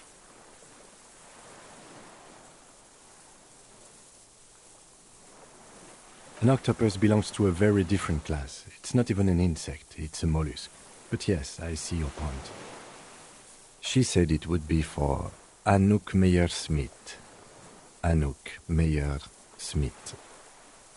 Katarzyna Alazia was supposed to be her real name, where Klasia comes from. Remember? God damn it. Yes, somehow she managed to lie to us, one more time.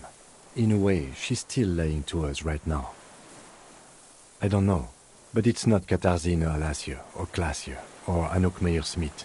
We didn't even scratch the surface with her, detective. Perhaps it's better that we didn't arrest her. Who knows what hell she'd be raising in my district by now.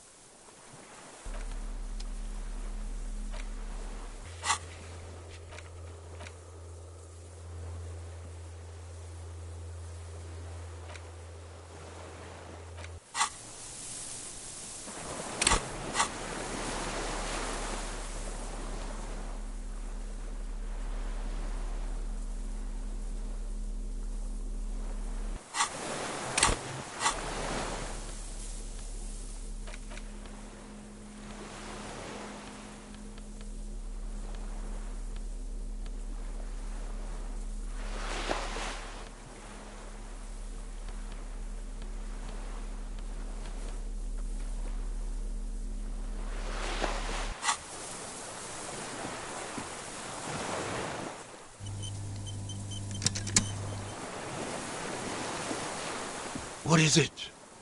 What do you want from me? I can't go. Something is very wrong with him now. See? Mr. Dross? The man does not respond.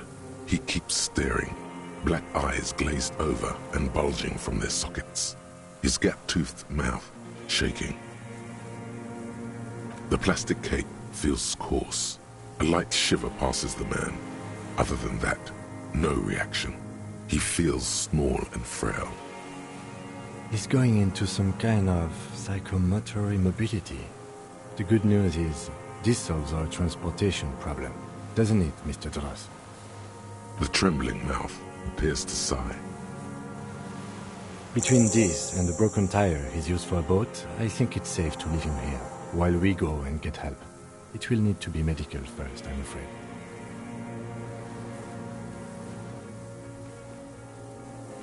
Old age and shock.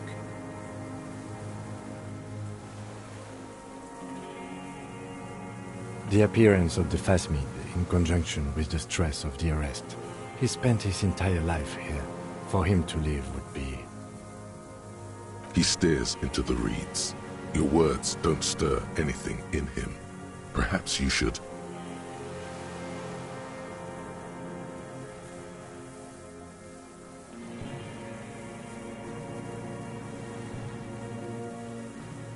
Nothing. Just dull staring. Not even rage left, wherever he is. If Kuno kicked it into the sea, as he said he did, the ebb would put it back here. This makes sense. Mr. Dross could have picked it up. Or the Phasmid even. If it did, this is incredible. No reaction. His breathing is slow, and he appears very old all of a sudden. Around 80. Did you take this passport and other papers from a boy on the coast? The spirits. He hears us. The spirit? No reply. He's gone again. Try something else? We got him back for a moment. I lost... He turns his eyes to the reeds again, as he's done so many times. Beige and white stripes. He lost the scope. Then it somehow made its way over there, with the help of a magpie phasmid.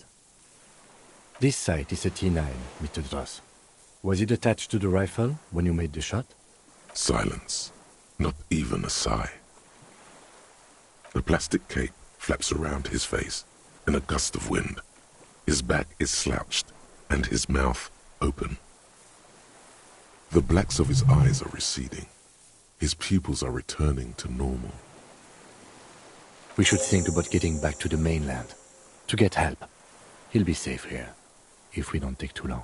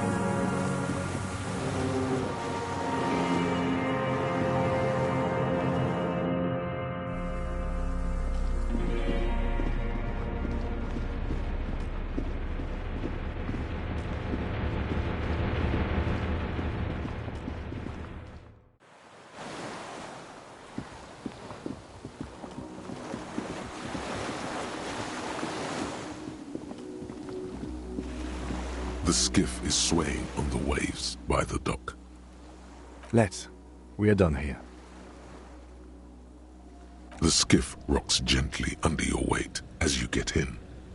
The ride back is uneventful and quiet. But for the sound of conversation on the water, there is someone inland waiting for you. 2 men and a woman stand on the concrete square of a nameless village, looking at a small yellow boat as it draws closer. You reach the jetty and climb out of the skiff.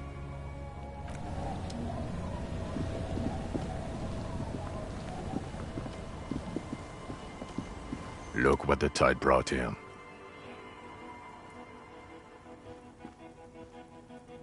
I want to call you a teapot, but I'm honestly kind of impressed.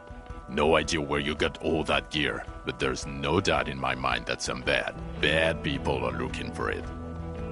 Also, you look like a fucking idiot. Whatever this is, it is completely unimportant compared to what you've just seen. This is the man with sunglasses from the Whirling in Rags. But where are his sunglasses? That's right. And you're some kind of murder machine.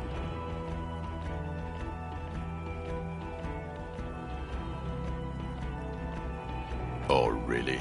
They don't seem bothered by it. That's because you're a cop in an exoskeleton.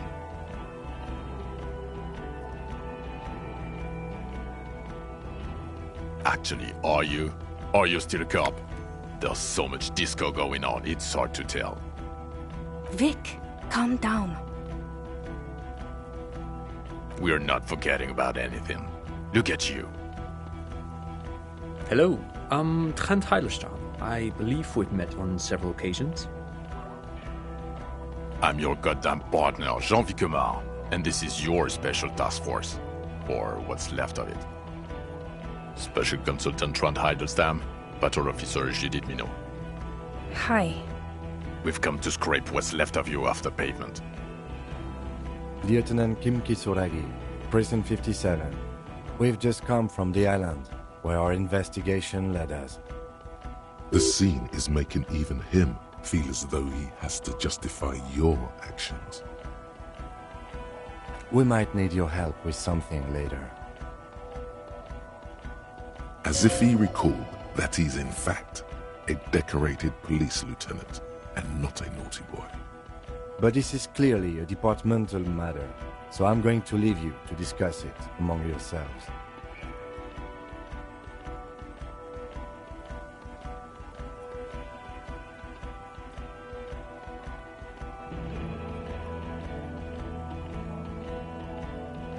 It's good to meet you, Lieutenant Kitsuhagi. Letting the lieutenant know he shouldn't feel embarrassed over the shitstorm that's about to befall you. Ari, we want to help you. Trant, I believe this is where you come in? This is the horse-faced woman. I don't know why you named her that, but it was beyond idiotic. You should never address her using those words again. I don't quite know what I'm doing here. I was asked to participate as an expert. I think I need to manage your expectations a little. I'm at best an enthusiast in cognitive science. My background is in something else entirely. I engage in neurology on a merely theoretical level. In fact, I should probably get going. No, Trant, it's too late. You're part of this shit now. What have you got to say for yourself, shit kid? What does he have to say for himself? He left you to catch the bullets. Shit kid, what an interesting moniker.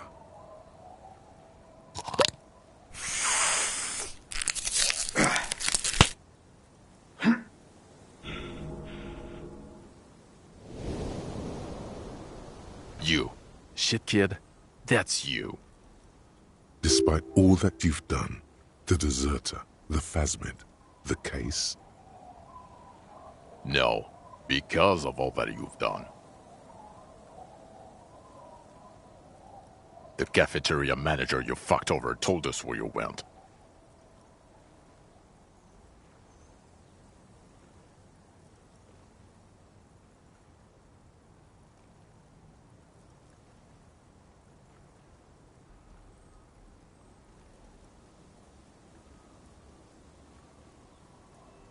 And people on the street helped us too, with your whereabouts. You're a legend among the drunks, Harry. A legendary local drunk.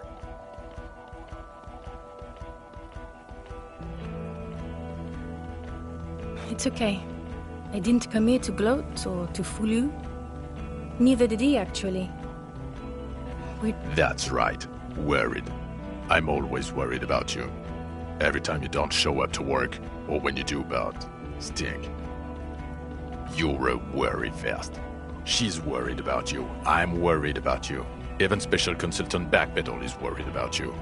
Everyone worries, instead of working. He's got a very, very solid case there. Actually, I've been trying to find a good moment to tell you.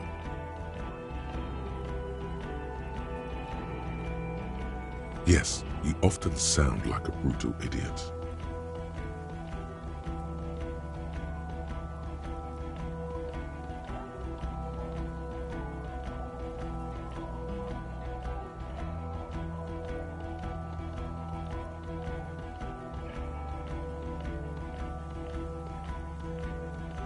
Yes, I'm Trant Heilerstein. I never said I wasn't Trant Heilerstein. Mikael? Mikael is my son. No, I was just interested in the Felt building and the Martinez beachhead. And Mikael wanted to see Martinez. It was a coincidence. What indeed? I was asked to share my take on some of the more obscure theories developed in Königstein in the 30s, like partial psychotraumatic amnesia, group personality theory. He's here to see if you're insane. He is smart. Let's move on. Guilty as charged. I heard you'd lost your mind and your memory. I wanted to see if it was true. And it was. Good work, Harry. You're insane now. There's one less person for me and everyone else to rely on. He was too sarcastic for you to realize who he was.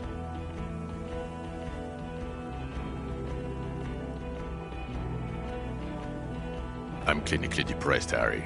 Sorry if I wasn't in the mood to batter you up after you told us to fuck off. Did you? Or did you literally not recognize my face? We've been partners for how long, Harry? Don't answer that. You don't remember. Absolutely no idea. 100 years? He's right. Don't start guessing. Now's not a good time.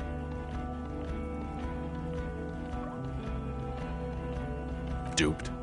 Hey, here's a brilliant idea. Don't be a morbid drunk and you won't be duped so easily.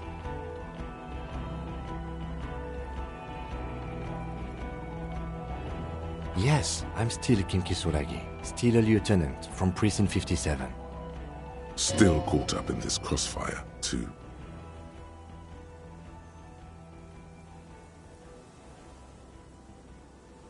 Yeah, Major Crimes Unit, under Lieutenant Dubois and Vicomar.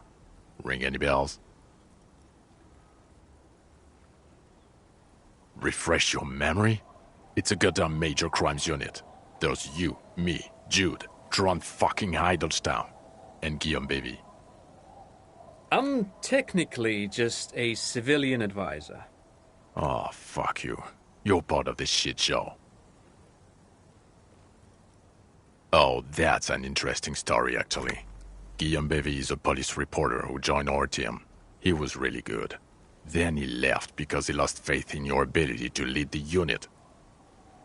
Other people have left too. Good, smart people. People we won't get back. Only me and this really patient patrol officer are still here. And Tron because I'm forcing him to stay. It's a Major Crimes Unit. We clear the desk of cases so Precinct 41 doesn't look like the worst station in town. We are shit tier now, Harry. Because of you. They're your posse, or what remains of it. Hand-picked, hand-lost. The 41st isn't... God damn it, Harry. You told us to fuck off. You said we're cramping your style. Your detective god. Fuck everything. All will burn. Detect or die.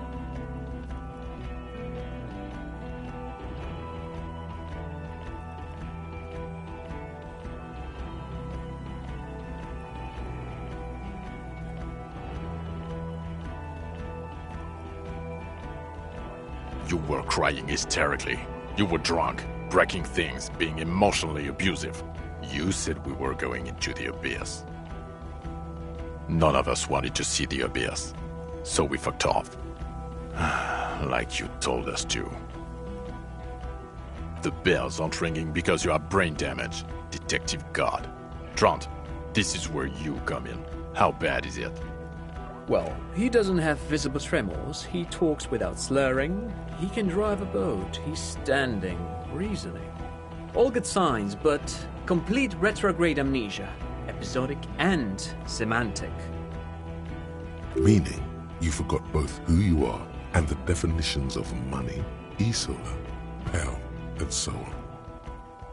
As displayed in the station call, our interactions with him, and I don't want to be a snitch, but also mine with him before when Harry did not seem to know who I was. It's all very interesting. Interesting? Yes, interesting. I have my theories, but I would like to hear Harry's thoughts first. Harry, what do you think happened to you?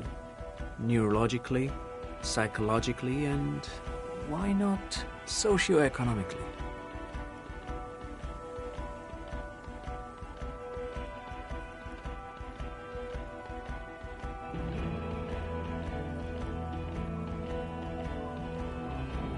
Corresponding to the 20-centimeter hole in your brain.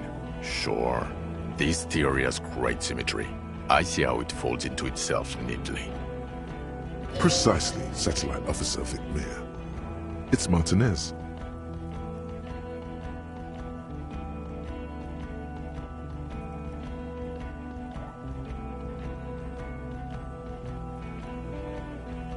This sounds odd, but I was there. The church on the coast was shaking from an audio-spatial anomaly.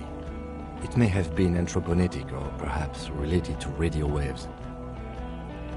Either way, it was real. I've even put it in my report. You should read it. I do not, however, think it has anything to do with him drinking himself to the point of brain damage. Thank you, Lieutenant Kitsuragi. Just to clarify, I do not think Izalori and Troponetics are a hoax. Pale produces global phenomena. It's proven. However, what has not been proven is total memory loss after drinking too much Commodore Red. Honestly, I think he's just lying to us. But Detective Vigmer, he has blanked out before. Yes, a couple of times. After some of the more serious benders. One was after the two drunks case, the other when we looked into that mural. So you don't remember not remembering. Beautiful. The two cases in your ledger, the unsolvable case and the Next World mural, those were recent. Those cases were hard on you. Interesting. So at first he dipped his toes into it, prepared. That's where he would have gotten the idea, yes. Practice. And then he used alcohol to get there, so to speak. What do you mean? Well, here's my theory. What if this is an absolutely normal reaction to the world we're living in? What if this is not a significant anomaly at all? Something to be explained, approached as a defect? Look at the sensory input here. Look at the ruins, the neon. Listen to the radio, the multitudes, the people. Live here for 40 years. As a police detective, he's like a magnetic reader on the world tape, to borrow a known metaphor. Harry's been pushed flat against it. Total input. Hardwired to the free market. He just needed for it to end. Okay, Trump, thank you. That's absolutely meaningless. I'm glad we brought you. Will he or will he not be able to work in the major crimes unit? Is he a cretin now? I want to know that. He's not a cretin, and he is able to do work. If not in his previous leadership role, then as a line detective. Leadership, now.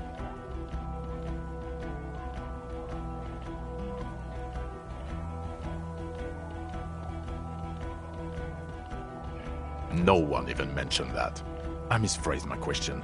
It should have been, is he able to put his clothes on and use the body? Or do we need to get him on a disability pension? Now nothing. Now we're just going to stand here. No, now we discuss that. What the fuck did you do to a motor carriage? Why is it there, Harry? Lie. Just bide your time. Ask something, then lie.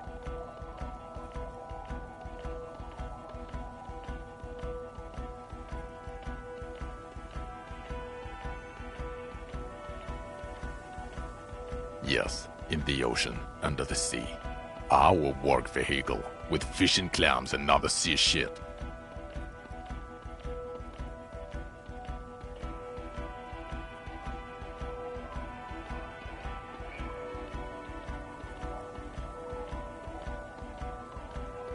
I drew.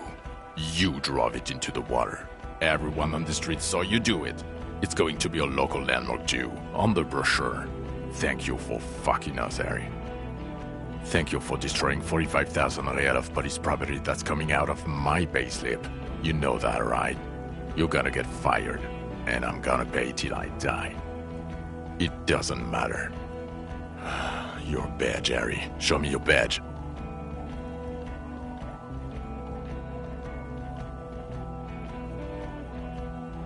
He squints at it, suspiciously, trying to ascertain if it's not a blue candy wrapper or a piece of vinyl.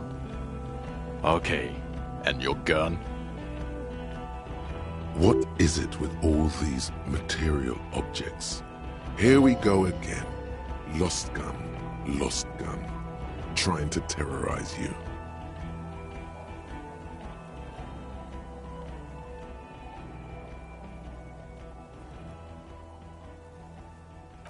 He has it. I thought it was in the ocean. You're drunk like a bum, Harry. Put that thing away before you kill someone.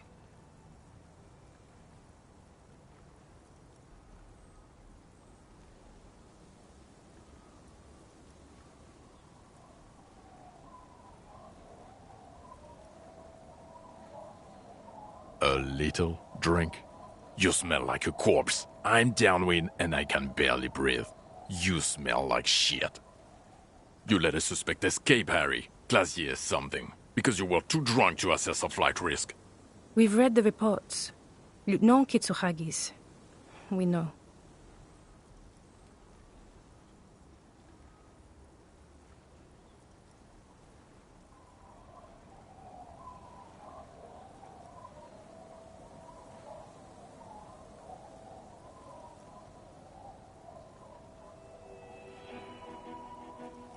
Oh well, if she was nice. I'm not even gonna get into the other suspect, who also escaped. Yeah, Ruby something. Or the fact that you're Everard Clare's little peony now, doing I don't know what for him. That's small-time stuff, that's nothing. That's a humorous anecdote. Compared to the 7 people who were gunned down, the streets are literally red with blood, Harry. It was fucking mass murder. He did everything he could. We did everything we could. The company hired and vetted mercenaries. Lieutenant Dubois got between them and the locals. Here comes the cavalry. He did so at considerable risk to his person. Remember, he was shot. We stopped an execution, not a negotiation. The loss of life was minimal compared to what it could have been.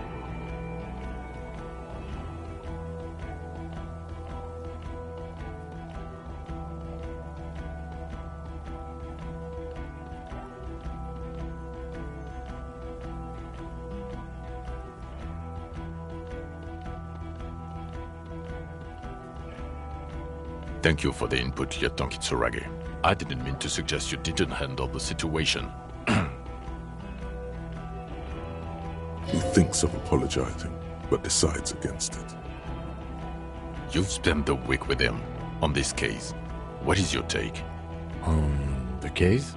On Lieutenant Geoffrey Dubois. Well, the drinking, the gun losing, also losing the badge. That's all true. Although he has not been drinking on the job this week. See? 1 week. Then there's the superstardom. He likes to, from time to time, allude to being a superstar law official. At first I thought it was a joke, but now I'm not so sure. He says disco about 20 times a day. It's worrying, especially considering his political views. Detective Dubois is, as you may know, a Mazovian socio-economist. He wants to liquidate the ruling class, which, again, for a police officer, is a little odd. You should yell something.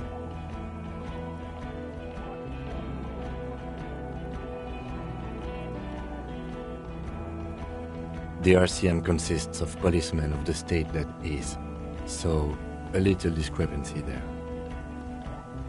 Other still, he is also a full-blown fascist, an ultra-nationalist, woman-hater, and more than a little racist. How he reconciles these 2 points of view? But he is vocal about both. And then there's the motor carriage in the sea, and the drugs, of course. Some kind of anti-radiation drug he uses to induce visions. But despite all this, he is a great detective. One of the best I have seen, in fact. He can talk human beings into telling him everything. And he doesn't stop. In all the time I've spent with him, he has not once stopped pursuing leads, however far-fetched and tangential. He is tireless, madly driven. Well, except that one time when he stopped to sing karaoke, which, by the way, I have to disagree with you, Mr. Vicmar, was a valiant effort. He really sang his heart out. Okay, he did something. Other than that one time, he has tirelessly worked on the case, and he solved it. We have a confession, a murder weapon, and the perpetrator, locked on the island right now, awaiting transportation. He apprehended a revolutionary brigade who stayed hidden for 50 years, ever since the revolution, who's probably committed other murders over those years. A new species? A colossal stick insect. It was on the island, camouflaged as the reeds. It unfolded from the reeds. I think we may be dealing with the Insulindian phasmid. He takes out the photo of the phasmid and shows it to the officers across the yard. The wind blows, flapping the glossy rectangle in his hand. You hear gasps beneath the howling of the wind. As you can see, it's about 3 meters tall. In fact, we think it may be the largest land invertebrate ever discovered.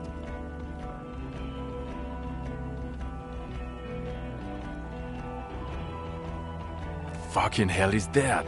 Is this somehow connected to the case? The killer did not seem to be aware of the phasmid's presence. Exhibiting a strange, atypical dementia, he fell into a stupor after its appearance. He became near catatonic.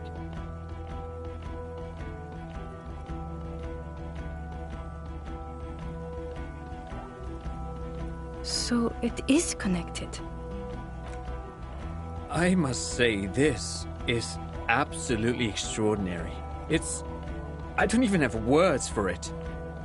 Yes, it really does make it hard to fire the drunk. This is a very, very sad man who has just seen something that's made him forget his sadness. Now you make your case. Now is the time. Now or never.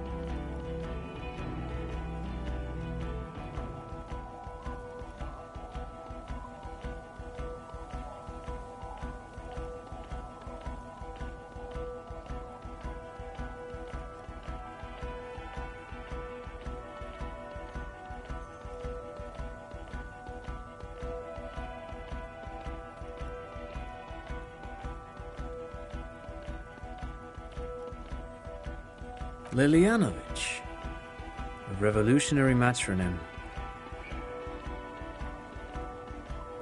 The custom started in Grad, where they have patronyms: Krasovich, Lasovich, etc.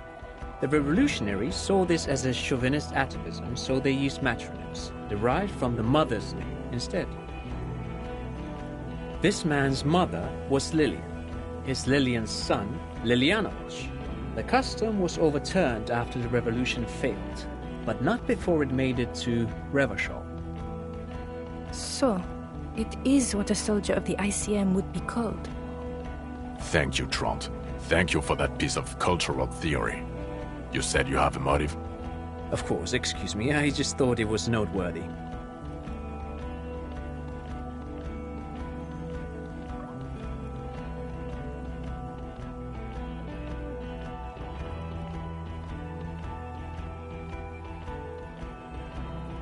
And it worked?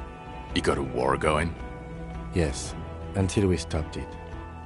He saw the mercenary as an ennemi combattant. There's plenty for prosecution to pick from, as far as motive is concerned. Also, we have ballistics from the gun, matching the bullet found in the dead mercenary's head, and 2 officers on the scene that Mr. Dross confessed to. It's a clean win. Oh, it's way more than that. Way, way more.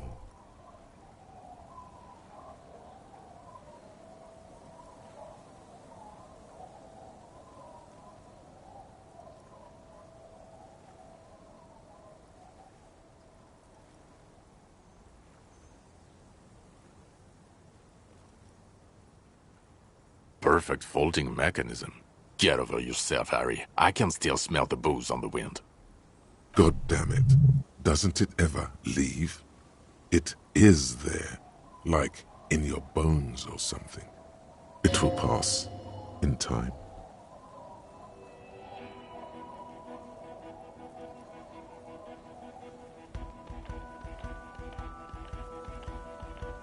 This is a conversation for when we are no longer out in the open. In Martinez, where Evrard and Edgar Clare have ears everywhere. And eyes, too. Your return from the island must not have gone unnoticed.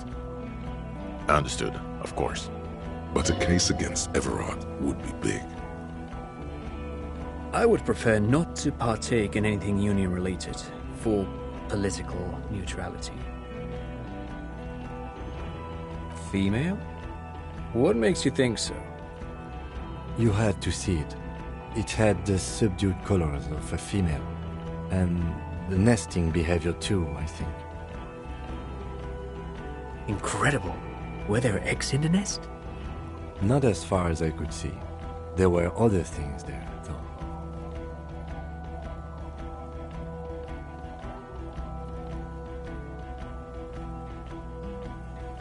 As in cloning itself?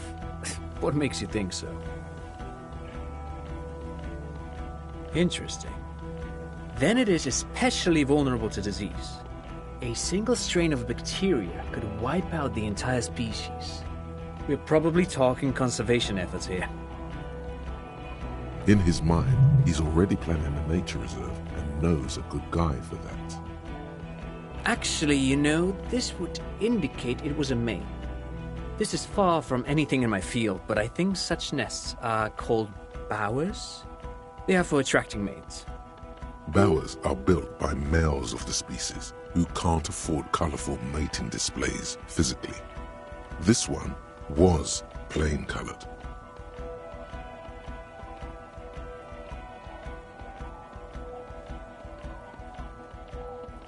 Of course, as I said, I'm only guessing. I didn't see it. It must be robust if it can move a whole helmet with its limbs. It could maybe roll it, like a dung beetle. Yes, but also reed-colored, beige and brown, a little green on the outside. After unfolding from a single stalk, it still retained parts that looked like reed tufts on its limbs. Incredible. The PR value of this is exceptional. Carp discovers new species. Maybe even discovers the Insulindian phasmid. No, that's too much. This would really help with some of the problems we've been having. Absolutely, this is great. This does not say vigilante murderers to me at all. This says science, news, human interest. You know, it's a really good thing you have that photo. Without it... You're doing good here. Perhaps only for a moment, but still. Quit while you're ahead, or no.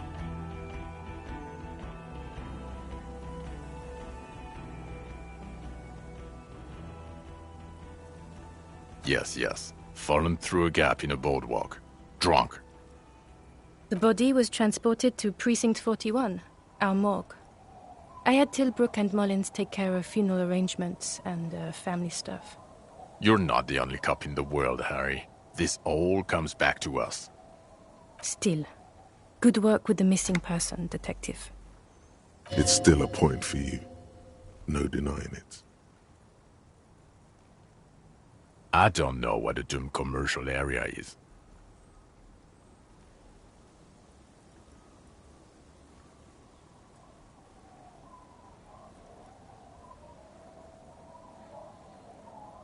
Why? That's not what you were supposed to do here. There was a possible witness in there, and it was close to the crime scene. He was just chasing a lead and ended up advising a local shopkeeper. It was okay. Of course. Call it community outreach, right? Dodged the bullet there. For a moment it seemed like you were just wasting time.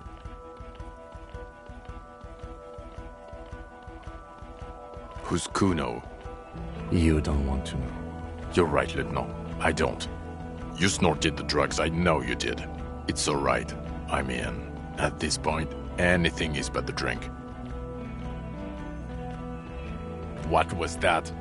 It sounded like you set up a nightclub in the church.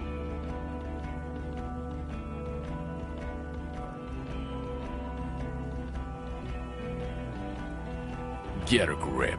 No one cares about your anthroponetic adventures right now. 4 kids were living in a tent on the ice.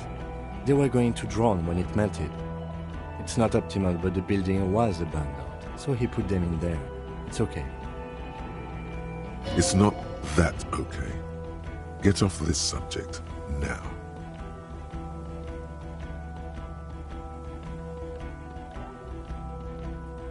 Lilianovich.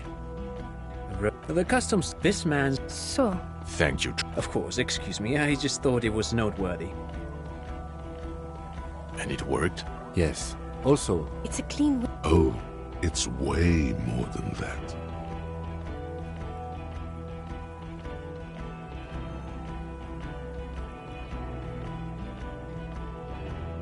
Masterpiece. Get over yourself, Harry. I can still... God damn, it will pass. In time. I don't want to, but you discovered a new species and solved the murder. So I have to. Jude? Anything that ends the trial is okay with me. You haven't been drinking, she thinks. So, maybe this time. Agreed. The public relations potential of this is too valuable to let go. Okay. We have vehicles in the square, and the perpetrator needs to be taken into custody. Let's go. Now you will finally get to know who you are. The man looks westward, impatiently, jingling his car keys in his pocket. Who are you? You're a gym teacher, Harry. Well, obviously you're not a gym teacher anymore, but... Before you were a cop, you were a gym teacher in Coron. It's getting really cold outside. Should we maybe...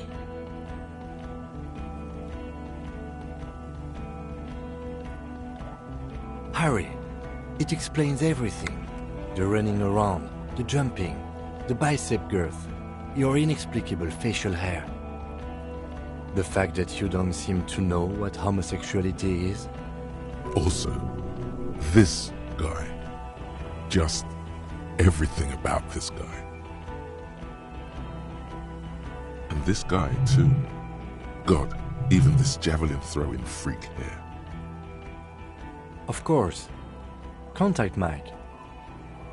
He's been on about Mike again. I hate that guy.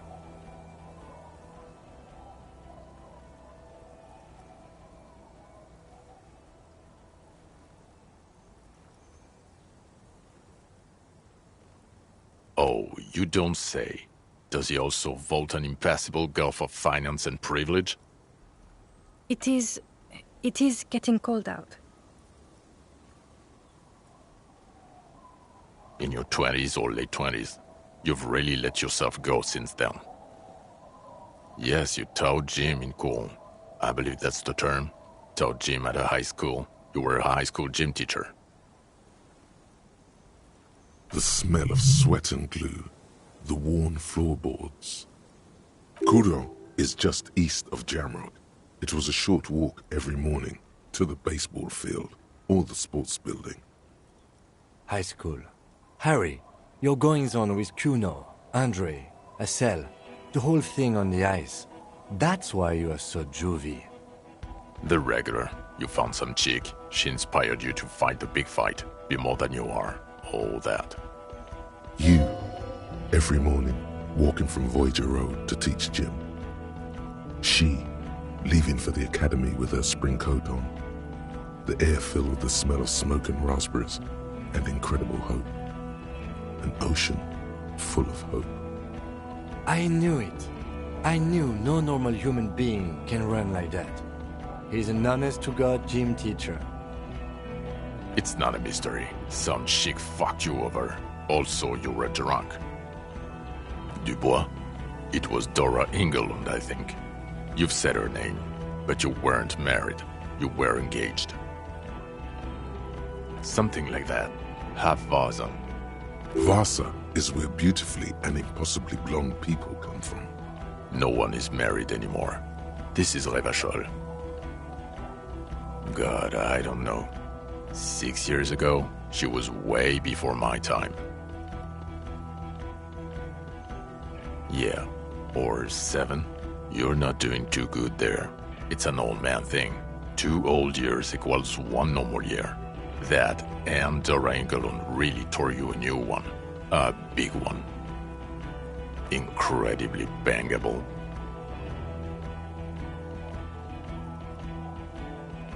She was extremely fuckable, Harry. Gorgeous. A gorgeous bourgeois woman. Wayfish. Like a Welkin, basically. Snow Welkin. Blonde Welkin. Heartbreak Welkin. I've only seen a picture. But it's obvious you formed a real spiritual connection with how pretty she was. One you never recuperated from. Look, the sun is going down. It's time to go on.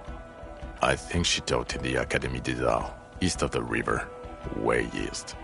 Hard to say which came first, the middle-class chick or the drink. My point is, you need to see a psychiatrist about this shit. Not a psychologist. Several degrees harder.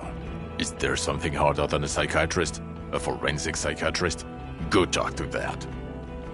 In other words, he's heard enough about this. No. You're too unstable to work for a mob boss. You're suicidal, Harry. No mob boss would take you. I assure you, I wouldn't consult for a corrupt unit. He would immediately backpedal out of it. Us? We're the bloody murder station, haven't you heard? We're the bad guys. No one likes us.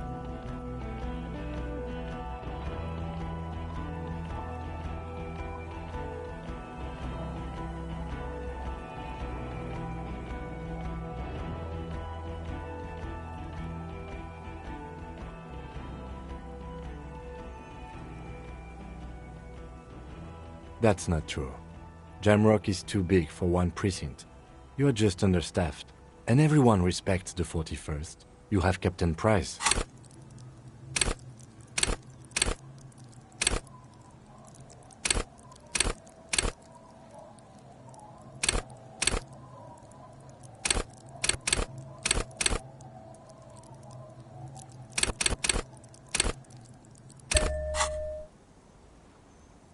Thank you, Lieutenant. You're being kind.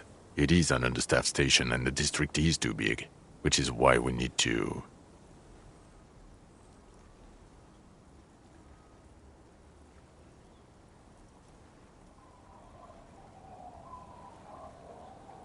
Get back to it. We left Torsen and McLean to run the Sea Wing. It's not good. Mac the Torso Torsen and Chester McLean. They're not fit to run a wing. Believe me. Things are shaky as it is. They are damn iconic though, Torsen and McLean. Yeah, not like us. Two clinically depressed old men. Where's the contrast here? We are garbage. God. There are 4 wings, Harry. A, B, C, and D. We're in C. It's made of losers and clock punchers. You and I reconceptualized it as a task force. It was a mistake. There's also a lot of outside help involved, not only me. Other losers too.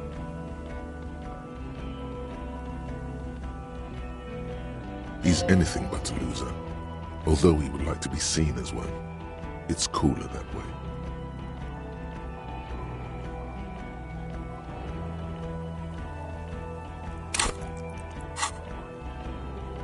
Ptolemy Price? He's the son of the old Price, one of the founders of the RCM. He's one of the most highly regarded men in the force. You're lucky. Somewhere under the curved roof of a former silk factory, shaped like a ladybird with 2 chimneys, Police Captain Ptolemy Price sits behind a heavy wooden desk. Resident medic Nix Gottlieb pours him coffee. It's silent in the captain's office. They speak of change, the city, the tension on the streets.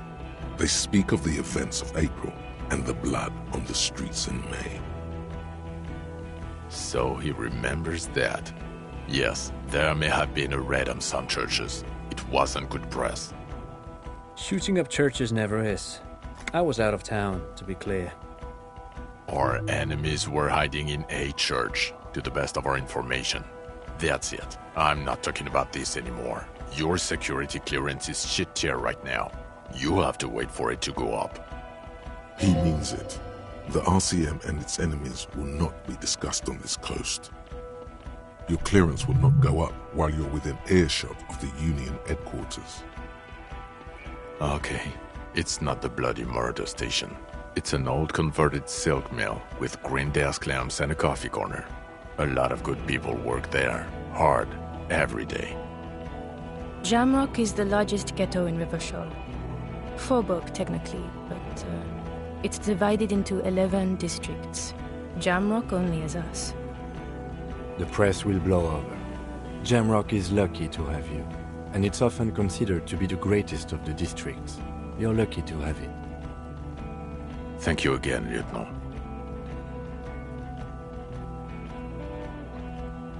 Well, first I will go back to my station and write the most detailed report anyone has ever seen. It will have to be good to cover all these. Then, Detective, we just stopped a small-scale war. Something is happening to Revachol. I don't know what yet, but it's going to be a hard spring for the RCM. We need to get ready, infiltrate, investigate. Talk to Captain Price? I'd rather not ruffle the feathers of two captains with my doom-mongering. Work with Price? I'm flattered, but I don't know if I... Would fit in. And crazy enough. Can take the stress. He doesn't know how to finish the sentence. This truly came as a surprise to him. Not a bad one, but he's at a loss. Flattered? You're Lieutenant Kitsuragi. We would be flattered if you even considered. I would have to tie things up in GRIH first. But, I mean, whatever is coming, Jamrock will be more central to it than the harbor. And we also have a huge caseload, Lieutenant.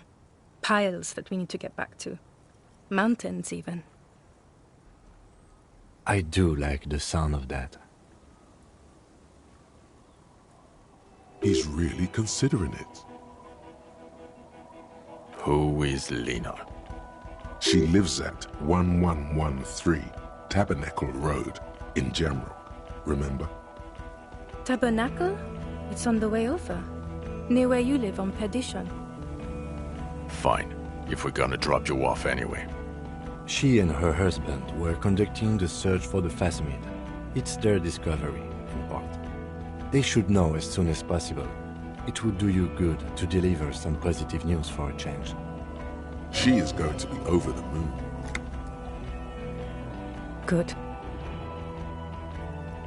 Fuck it, let's go. Trump brought his motor carriage. It's a 20-minute drive to Jamrock. Under the evening sky, the great district turns on its lights. A chessboard of wooden houses, 80,000 living souls inside. Fire traps as far as the eye can see, from Main Street to Precinct 41 atop the motorway, to Boogie Street forking into the dark horizon. You close your eyes and hear the dogs bark. A lone woman sits by a factory window, dreaming of meteorite strikes. On Rue de Saint-Jérôme, a square bullet slides into a square-shaped chamber. In Old South, a man without eyelids smiles. Spring has come. It's time. Dawson? Yes. McLean? Yes.